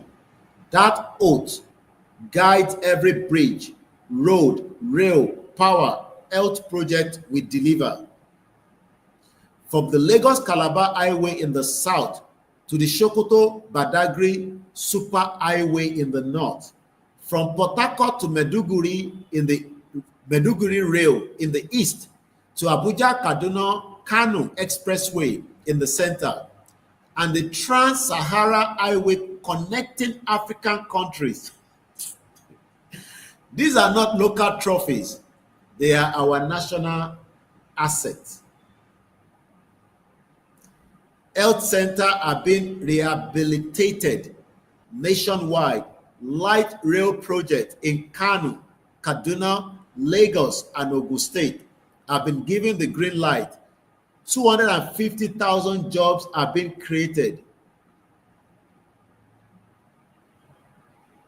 Power is returning to Kaduna through the revival of 255 megawatt power plant. Bridges in Onitsha and Boni reconnect our people. Oil exploration is expanding in Bauchi and Gombe, and the AKK pipeline has crossed the Niger. Every farmer who needs a road, every trader who needs power, every child who needs a school, every patient who needs care. This is who we are building for. This is the equity of the renewed hope. No Nigerian is second class. No region is left behind. Together we will rise as one nation, one people, one destiny. Bet on Nigeria. President Bola Ahmed Tinubu. Kí lẹ rí sọ̀rọ̀ yẹn? Orubane, it is a distraction. The number to call is TikTok. This is where you now have your own say for engagement. Yawa Comfort, Timothy Todarko. One that was how Baba Jasin left Akure Airport Latin 1984. Yay! Check my airport Timori yẹn bó ṣe wà ní láti 1984 man. And sign mo wọnú lé akọ drive gbàgbé kọjá ní airport road yẹn lágbà kọjá signage lásán. I can tell that the inside nothing is working because kò sí mo kọ dáhùn security tó dúró sẹ́nu ọ̀nà kò sí kankan tó ń lọ tó ń bọ̀ but mo kò sáré wo sign ó dùn mí pé mo tètè gbé kámẹ́rà mi kí n take snap ẹ̀. Ẹ jẹ́ ká padà sórí nǹkan tí Jagaban sọ ní bíbá gbogbo ara ti gbọ́ nǹkan tí ọmọ olódò ọdẹ ṣé bẹ́ẹ̀ náà lórí àbí kílẹ̀ yìí rí sí +447404405917 àsìkò tẹ́yìn náà lè dá sí ọ̀rọ̀ náà òun ló kàn báyìí torí kẹ́ máa ní láti wákàtí méjì 45 minutes tó máa pé wákàtí mẹ́ta ìwọ nìkan ló ń sọ̀rọ̀ ó tẹ̀ fáwa láyè bàbá wa Adésínà ní Tinubu ó mákẹ́tì Nàìjíríà ni fáwọn ọ̀rọ̀ tó sọ yẹn ṣé bẹ́ẹ̀ náà lórí látìgbà tí Jagaban ti débẹ̀ ṣé bẹ́ẹ̀ náà lórí ṣé kí n sọ àwọn pọ́ìntà yẹn jáde fún wa kápọ̀ sáré jọ gbé yẹ̀wò. In tí Jagaban máa sọ ni pé infrastructure equity for every region. Wọ́n ní tí Koikimedia ń sọ yẹn pé ẹ má dá lóhùn pé ó kò sí títì yẹn àwọn ṣe títì kódà wọ́n ní railway ń ṣiṣẹ́ kódà wọ́n ní iná wà wọ́n ní gbogbo ilẹ̀ ti ríṣẹ́. Orubani, yes, he's been selling off our people like slaves. Kódà ó ní Onitsha gbogbo ẹ̀ ń lọ bó ṣe jẹ́ kó lọ. Wọ́n ní AKK pipeline. Mo sọ fún yín pé many things are happening in that country. Èwo tún ní AKK pipeline. Mo fi lọ mo jáde ní o.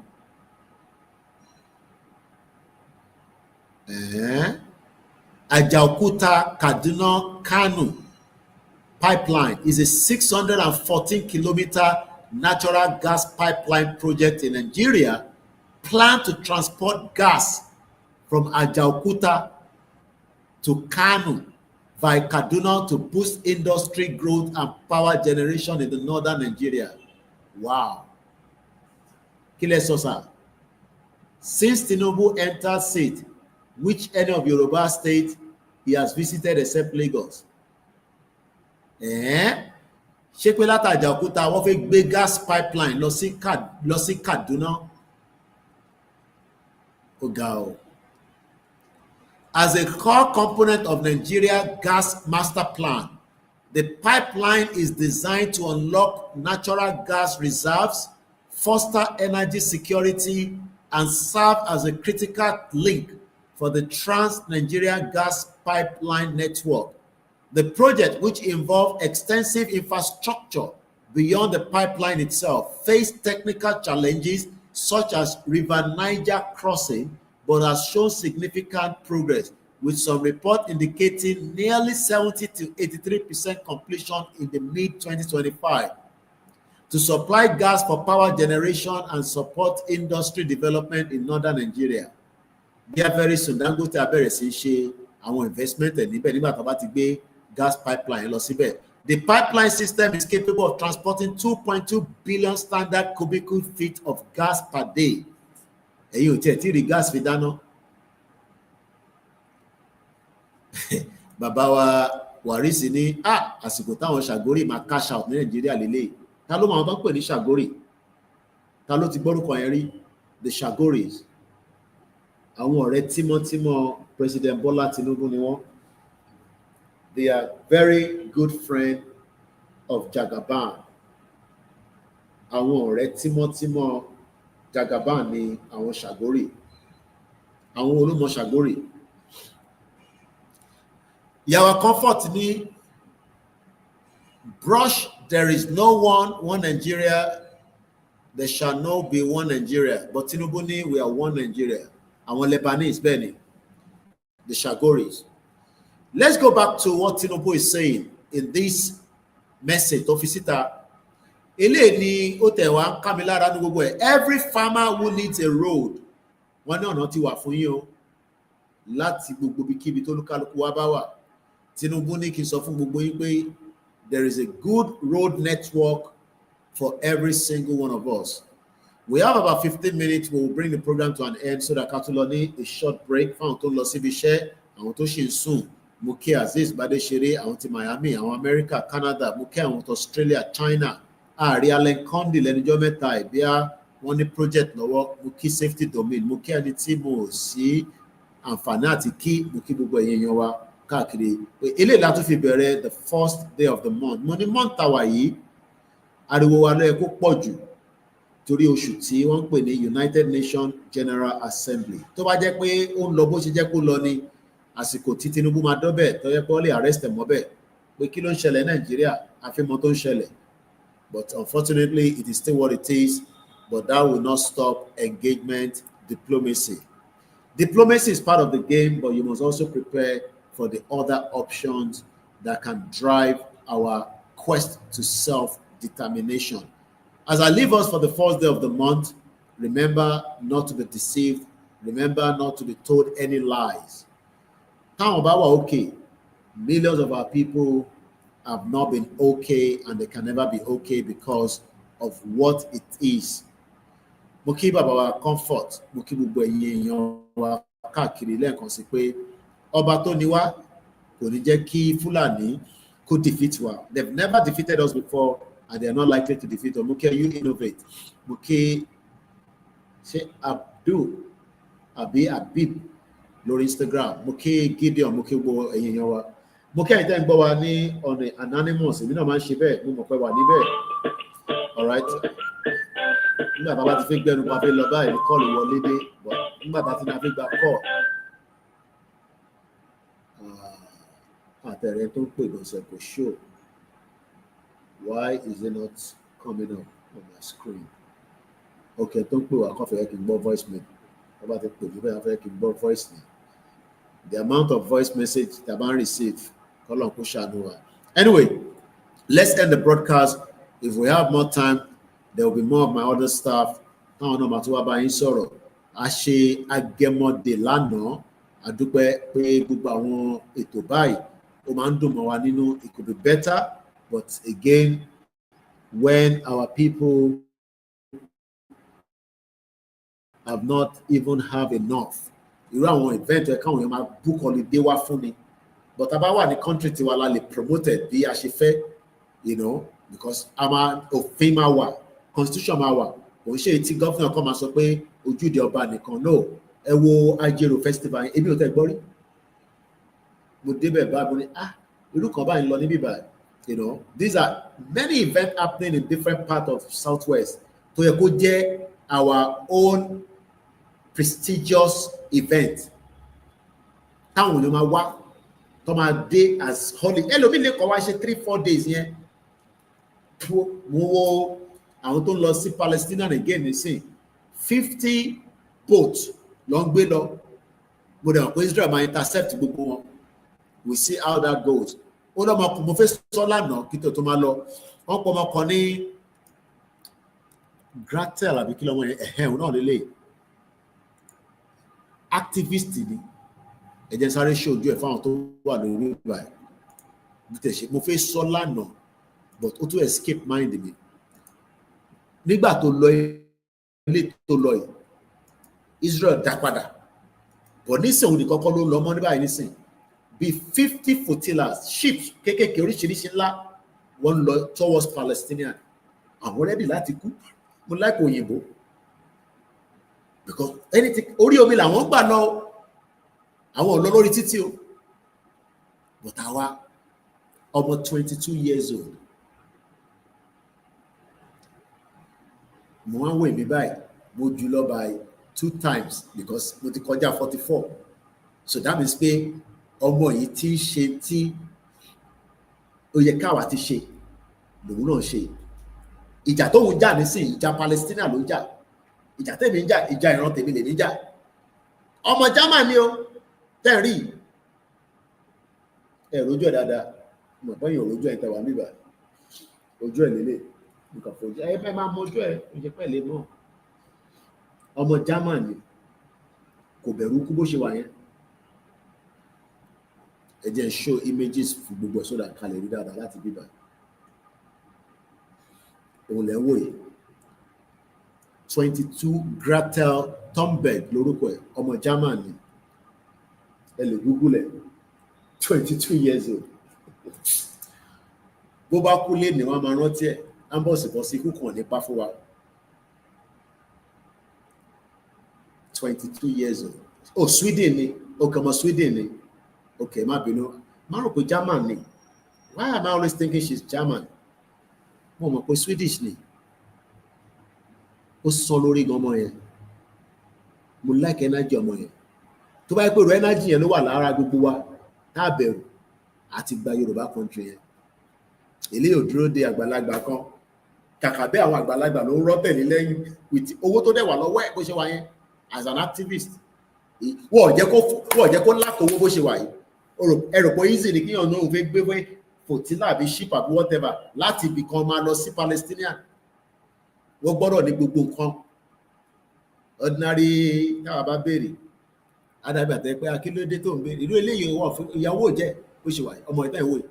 Ó yẹ òun náà wọ́n ti kọ síbẹ̀ ẹ má bínú èmi mọ́. Má rò pé German ni Swedish political activist. Ó fi ẹ̀mí ẹ̀ sílẹ̀ fáwọn tó mọ̀ yìí. Ó ń jàjà káàkiri. Wọ́n tún gbéra báwọn lọ Palestinian. Wọ́n ṣẹ̀ deport ní Israel gbé wọ́n jẹ́ kó wọlé. Àwọn 50 wá tún náà máa tẹ̀lé. Ẹni máa kú mọ́ ló máa kú kàtẹ́. Mo bẹ́ẹ̀ jẹ́ sáré gbé call màmá mi mò ń bọ̀. Hello ma. Aleykum salaam. Mo wà lórí program o. Ṣé kò urgent?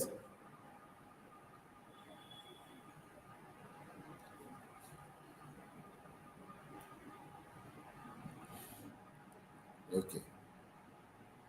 So, àgbọ̀rọ̀ mọ̀ yẹ́yí. But àwa ò fẹ́ wàhálà.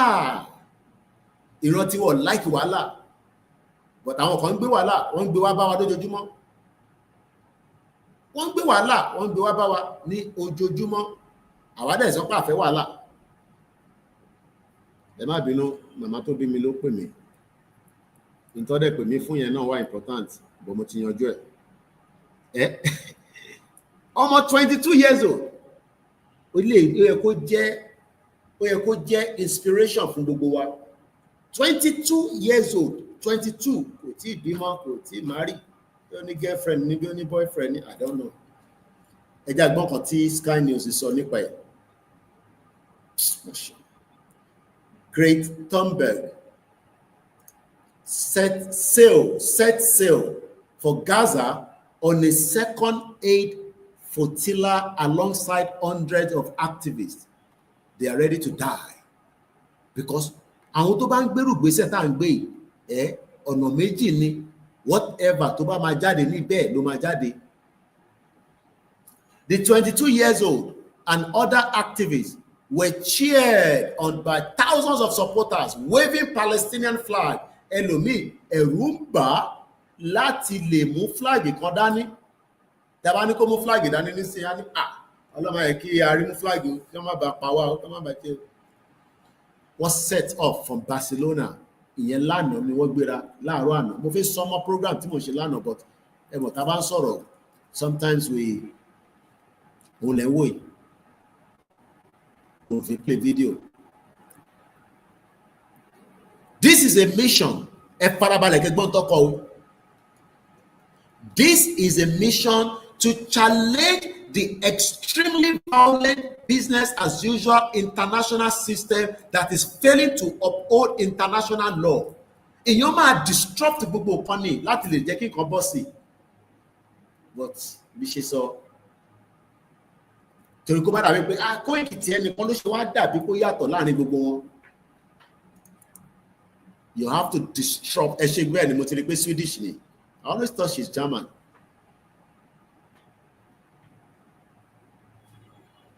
Bẹ́ẹ̀ni, bàbá mi Warizi lọ́dún ní ìjà Palestinian and Arab nation. While his Arab nation neighbors stay on the sideline, èèyàn kan ń jà láti Sweden, ó ń gbèjà wọn. Bishop ló máa bá wa dá sí tá a máa fi parí ẹ̀. Ó yá Bishop, ẹ̀mí ti background ẹ ti wọlé. But àwọn ò fẹ́ kú. Ọmọ 22 years old. Owó tó wà lọ́wọ́ ẹ̀ tó fi run operation yẹn nísìnyí ẹ̀ tó bá jẹ́ pé mi ní ìdajì irú owó yẹn ni màá mi Nàìjíríà á mì tìtì kó ṣe tẹnu á mì tìtì tí bá ní ìdajì owó tọmọ ìfín operate tí bá ní ìdajì owó yẹn màá mi Nàìjíríà gan máa bèrè pé ta ni Koikimedia yìí màá mi á mì tìtì gbogbo Nàìjíríà títí dé north ẹgbẹ́ òsèké Bishop.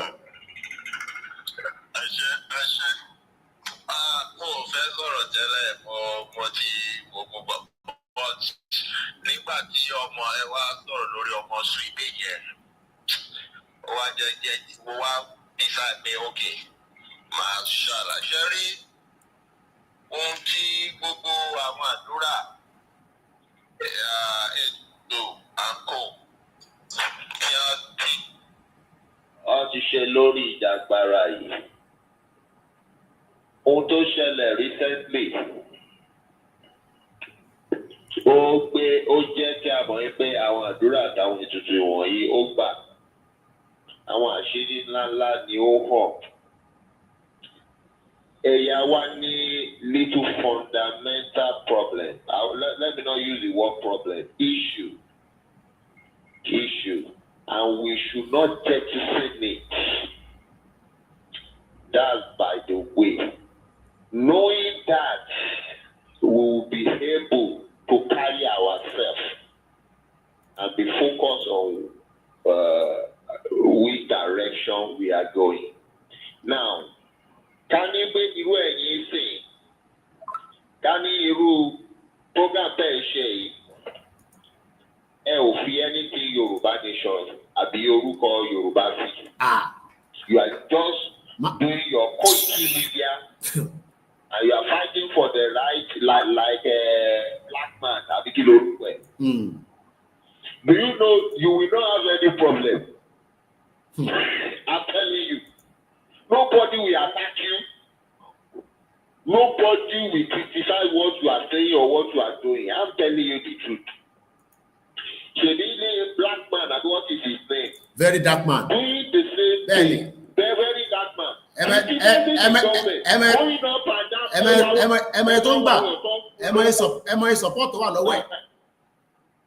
Tó wà lọ́wọ́ ẹ̀ ó ń lọ káàkiri ó bíìdì infrastructure fáwọn blessed village àpò. Very dark man. Fasting Nigeria criticizing. Kò dẹ̀ kúrò ní Nàìjíríà kò kúrò ní Nàìjíríà. Tó bá mu àgbà lọ́ọ̀yà tó máa tún lọ gbalẹ̀ kò kúrò ní Nàìjíríà bọ̀ kò dárúkọ ṣẹ́rí point tẹ dárúkọ yẹn bishop ṣẹ́rí point tẹ dárúkọ yẹn bishop káwàkọ̀ dúpẹ́ fọ́lọ́run ni Ọlọ́run kọ́ prepare wa fún ìjọba ẹ̀ náà ni because in ti very dark man ṣe yẹn bí bishop ṣe sọ gẹ́lẹ́ gan náà ló ṣe rí nìyẹn màá wà ní Nàìjíríà màá máa criticize government màá dẹ̀ máa jẹ́ tọ̀ìtọ̀ì màá máa gbádùn mo gbọ́dọ̀ dárúkọ pa fẹ́ break Nàìjíríà because very dark man gbọ́dọ̀ dárúkọ pọ̀ fẹ́ break Nàìjíríà bó ṣe wà yẹn ó sọ̀rọ̀ lórí àwọn Aláàfin àti Ọ̀yọ́ láìpẹ́ yìí náà kò sọ̀rọ̀ tó ń dá sí kò sí tó kàn wọ́n dẹ̀ bẹ̀rù ẹ̀ bó ṣe wà yẹn ẹgbẹ́ òsókè bishop. Yeah. Now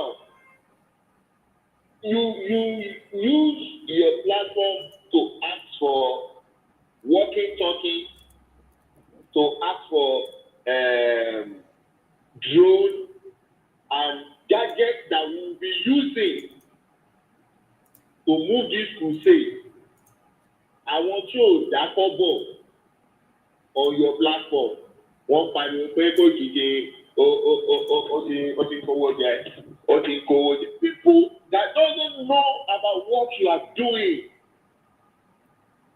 Ọlọ́dún ẹ̀sìn ló ti kówó jẹ ó ti gbowó but supposing you are not bọ̀bọ̀ wo ló ṣe program nígbà kan tí bọ̀bọ̀ kan orí YouTube ní bọ̀bọ̀ ẹ̀ náà wà kó mọ argument to issue tó ní máa rántí bọ̀bọ̀ yìí tó máa ń kọrin pẹ̀lú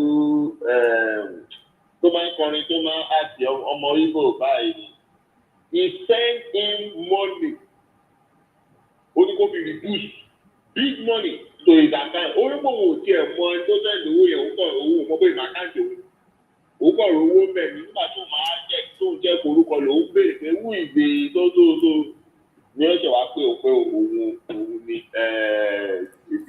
kí náà máa ń pè òun àti ìfọ̀bọ́ ìgbò yẹn àti ìgbà yìí tó máa ń kọrin Don Jazzy ìkejì Don Jazzy yẹn kí lórúkọ ẹ̀ o ti gbàgbé bọ̀ ó sanra báyìí náà ìkejì Don Jazzy ni àbí no. Yeah, Don Jazzy gangan ni sorry. Don Jazzy ló fún lówó. Don Jazzy gangan ni. Then right bàbá wa Adétọ́lá wọ́n ní you are not breaking Nigeria, you are asking for reclamation of Yoruba sovereignty. Bẹ́ẹ̀ni ẹ ṣe gan ni sọ. Yeah. So that is the fundamental and you will see that Yoruba they beating people that are attacking the people standing for ìran wọn. And ó máa ń jẹ́ nǹkan tó máa ń surprise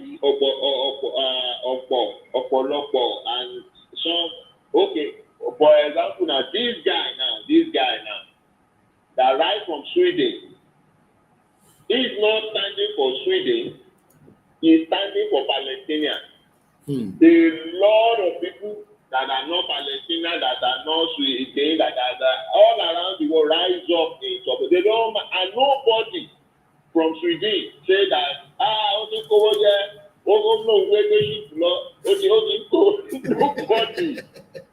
nobody.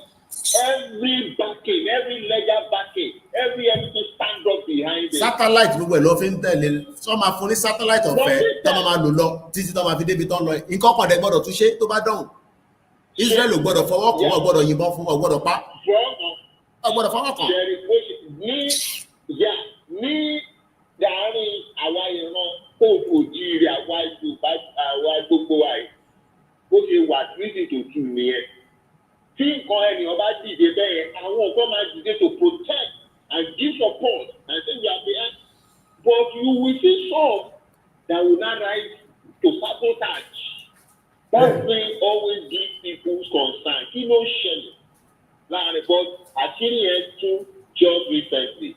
And actually, too, is not for public consumption, but it's for us to identify ourselves. Identity, and we know what to do. And some of us who actually income is because the problem has been solved. The problem has been solved. That's just what I want to talk about. Our people should not be confused.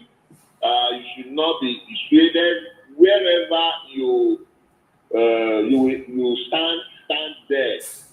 Gbogbo ohun kan tó jẹ́ òmìnira wa ó máa adé ní àkókò tí a ẹ̀sẹ̀ Ọlọ́run á ràn wá lọ́wọ́ a ò ní kú sọ́nà bí èsì. Ẹ ṣé gan. Thank you. Bishop, thank you very much. And I believe Bishop has done justice to the conversation. So, and then you better know, it's 3 hours, 8 minutes. Share my early morning coffee, and then I can start the day. There's always a busy day for us. Moki Babawa Saliu Lasisi. Eshigoni Babawa Adetola. Wani Koiki, you're not breaking Nigeria. We are reclaiming back what belongs to us, which is our sovereignty, which is very right. So, because sometimes àwọn ọ̀rọ̀ tá máa ń lò mú kí Àkànjí ó tó jẹ́ mẹ́ta ọ̀bẹ Elédùmarè bá wà pẹ̀lú ẹ̀ kan náà footballer wa gan, but again ọ̀rọ̀ Nàìjíríà kò jẹ́ kí a rí gbogbo tó yẹ kí ó yẹ kó rí. That is what Nigeria has done. Ẹ ṣé gan ni gbogbo èèyàn wa. Bí mo ṣe sọ, do not get distracted and entangled with the name calling. What matter is to pull out of the union, which is the first key. When we pull out of the union, we will decide on what and how we want to be called around the globe. And on that note, have a blessed day ahead. Fulano ni jí ẹgbẹ́ o, wọn ni jí mi náà gbé. Àní lọ́jọ́ ẹbí ń pọ̀nà. Dangote truck ò ní kọlù wa. Mo kí yàwá grandma Felicia Àjàgbé kábọ̀mà. Mo kí bàbá Jókè. Ṣàmì sí yẹn. Dangote truck má ṣe pa àbúrò Fina. Mo ṣeré. Ó ti kú, ọmọ yẹn ti kú lánàá. Ọmọ tó ṣetán ní university. Fine girl. Má ṣàmì lé lórí. Mo ní Dangote truck ò ní kọlù ẹ̀. Ó lè jẹ́nu mọ́tò tó wà, ó lè jẹ́nu dánfó, ó lè jẹ́nu kẹ̀kẹ́. Dangote truck ò ní kọlù wa. Àní rìn lọ́jọ́ ẹbí ń pọ̀nà. Mo kí àwa Grace Olúṣòótọ́. Kò wọ́n ọmọ yẹn náà kó máa kú. Ní the same road ní Auchi road yẹn, even pẹ̀lú pé ọpẹ́lọpẹ́ stopper tí Very Dark Man ṣe, there was still almost another fatal accident. Ní that same location yẹn, but wọ́n náà wọn kíní tí Dark Man lọ ṣe yẹn, òun ló stop truck yẹn. Ìlú wèrè, ìlú janwe. Professor Akintoye has told us since inception that name isn't important now until we obtain our sovereignty. Orúkọ kan la fẹ́ jẹ́. Yes, àwọn media kan máa tẹnu báwọn ṣe Yorùbá nation mọ́ Odùduwà làwọn ṣe ó wà òkè. Àwa tá a dúró lórí pé Yorùbá nation náà ni. Even gan bàbá mi Olóyè Ìgbòho sọ pé Oòduà nation lòun ṣe ó wà òkè. A ní ká kọ́kọ́ bọ́lẹ̀ nínú Nàìjíríà àti Oòduà nation àti Yorùbá nation. A ṣe wà nínú Nàìjíríà tí à ń jẹ wá. Omi ẹ̀ ò ní pẹ́ ṣe jàre mo lọ mu kọ́fì yìí tí mo sọ ti tó láti aago mẹ́rin láti bẹ̀rẹ̀ ní sí mo dúpẹ́ fọ́lọ́run. Ẹ ṣé gan ni ìyá mi comfort ológun. Ẹ bá ń kí sísítà yóò tó jọ mẹ́ta bí àwọn ọmọ wọn ṣe fi padà sí ilé ìwé. Wàhálà wà náà ní UK o. Ẹni tó bá ń follow Facebook wà rí pé mo máa ń lọ mú àwọn story tó ń ṣẹlẹ̀ nínú UK. Crime ń ṣẹlẹ̀ bí wèrè lójoojúmọ́. Ẹ má bínú fọ́rọ̀ yẹn. Crime tó wà nínú UK ní rí ọjọ́ táwọn èèyàn bá ń gúnra wọn o. Ìwọ tó ṣẹ̀dẹ̀ abroad ṣe jẹ́jẹ́. Ara ń kọ àwọn òyìnbó gan nísìn. Ṣe jẹ́jẹ́. Máa ṣe bí ọ̀dẹ̀. Tó bá gbá ilé tí gbé kejì fún ọkọ̀ gba kò máa lọ. Wà á lọ ṣé ìgbà tó bá wá ní ayé ta lára o. Wà á gun ẹ lọ́bẹ̀ àwọn ọmọ àti àwọn ọmọ tó ní. Àwọn ọmọ ẹ fi padà lọ prison. Ẹ rí pé lórí Facebook wa mo máa ń post àwọn story tó ń ṣẹlẹ̀ ní crime scene because ọlọ́pàá UK Metropolitan Police mo subscribe pẹ̀lú wọn so wọ́n máa ń fún mi lóríṣiríṣi news mo mọ̀ gbé wá kẹ́lẹ̀ mọ̀ pé nǹkan ṣẹlẹ̀ wọ́n níbẹ̀ náà ló ṣe ṣẹlẹ̀ ní lọ ní France náà ara ń kọ àwọn òyìnbó yẹn gan gbogbo ṣe ń rí àwa dúdú tó ń rí wa káàkiri wọ̀ dẹ̀ ní choice bó ṣe máa rí wa náà nìyẹn. So mo rọ̀ ẹ́ èèyàn kan ní I am in UK now, how can I get the passport? Ẹ máa contact wa so that a lè contact ẹ lè fill the form ìyẹn fáwọn tó fẹ́ passport yẹn bí mo ṣe sọ tẹ́lẹ̀ tó bá gbà mo fẹ́ fi travel wọ̀ tí ni kò fi travel torí o lè fẹ́ lọ sí Amẹ́ríkà lè sí kó wá lọ gbé passport yẹn pé mo fẹ́ lọ sí Amẹ́ríkà tí Nàìjíríà gan tí fi fún ẹ ní visa mo ń béèrè ní ti Nàìjíríà tó fẹ́ mú lọ yẹn tó fi fún ẹ visa. So let us understand that this is a identity ohun àwa kan la fẹ́ gbà as an identity so that tó bá tẹ̀ bí wá pé ó náà ṣe Yorùbá nation so ní identity wà ló lè ràn mú jáde ọkọ̀ fi identifier rẹ̀. But it seems that tí gbogbo èèyàn fẹ́ bẹ̀rẹ̀ ni pé ṣé mo lè fi travel ṣé o lè fi Nigerian passport lọ anywhere ó ti gbé ẹdẹ Kútọ́nù.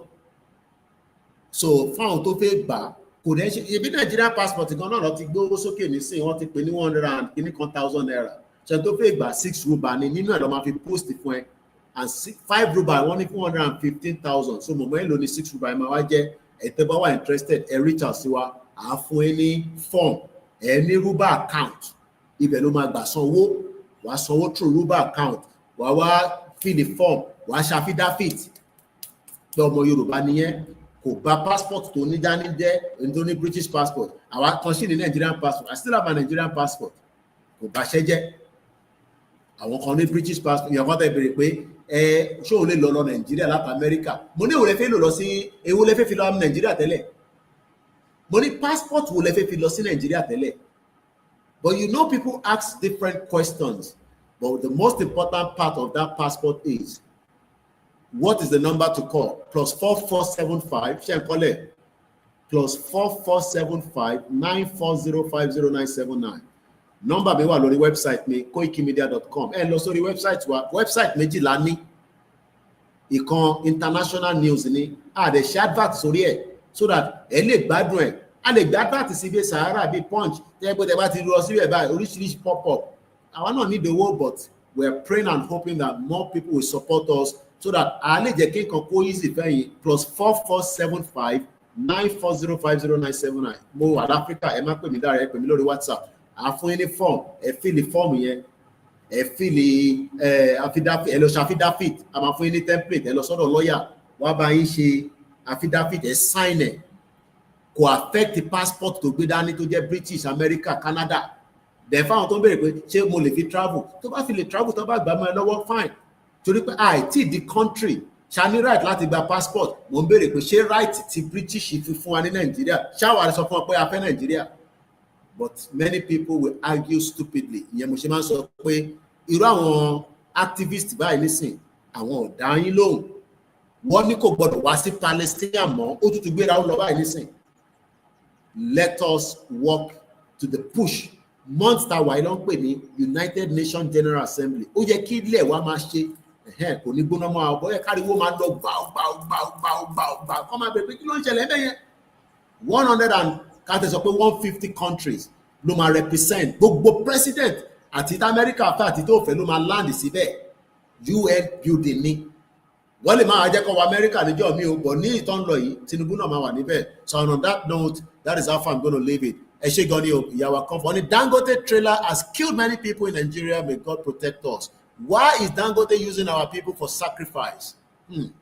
Ògbódò ọ̀rọ̀ mo kí gbogbo ẹ̀yin yẹn wá o àníṣe lásán bí àṣà Ìgbò wa ní ibojì tó wà níbẹ̀ yẹn òun ń bọ̀ níbẹ̀ awálá ní sí àgbẹ̀yìn mo kí gbogbo àwọn ọba wa ọba ara wọn jà àwọn mídíà tó bá ti kórí wọn báyìí wọ́n gbé picture báyìí wọ́n wá ju ti gbèwò sí wọ́n wá kọ headline gbirigbiri gbàgbàgbàgbàgbà gbogbo àmọ́ bó ṣe ń lọ it's just for traction Ìgbòho rẹ̀ ti di brand name bẹ́ẹ̀ bá dárú ẹlòmíì tó bá ti lo picture Ìgbòho lórí program ẹ̀ báyìí bam kò lè rí kankan ṣe.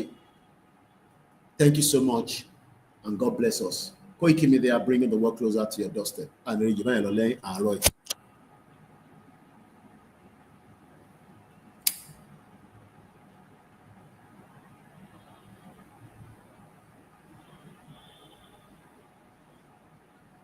Bẹ́ẹ̀ni fún traffic purpose bẹ́ẹ̀ni ẹ parọ́ ìyàwó Rukayat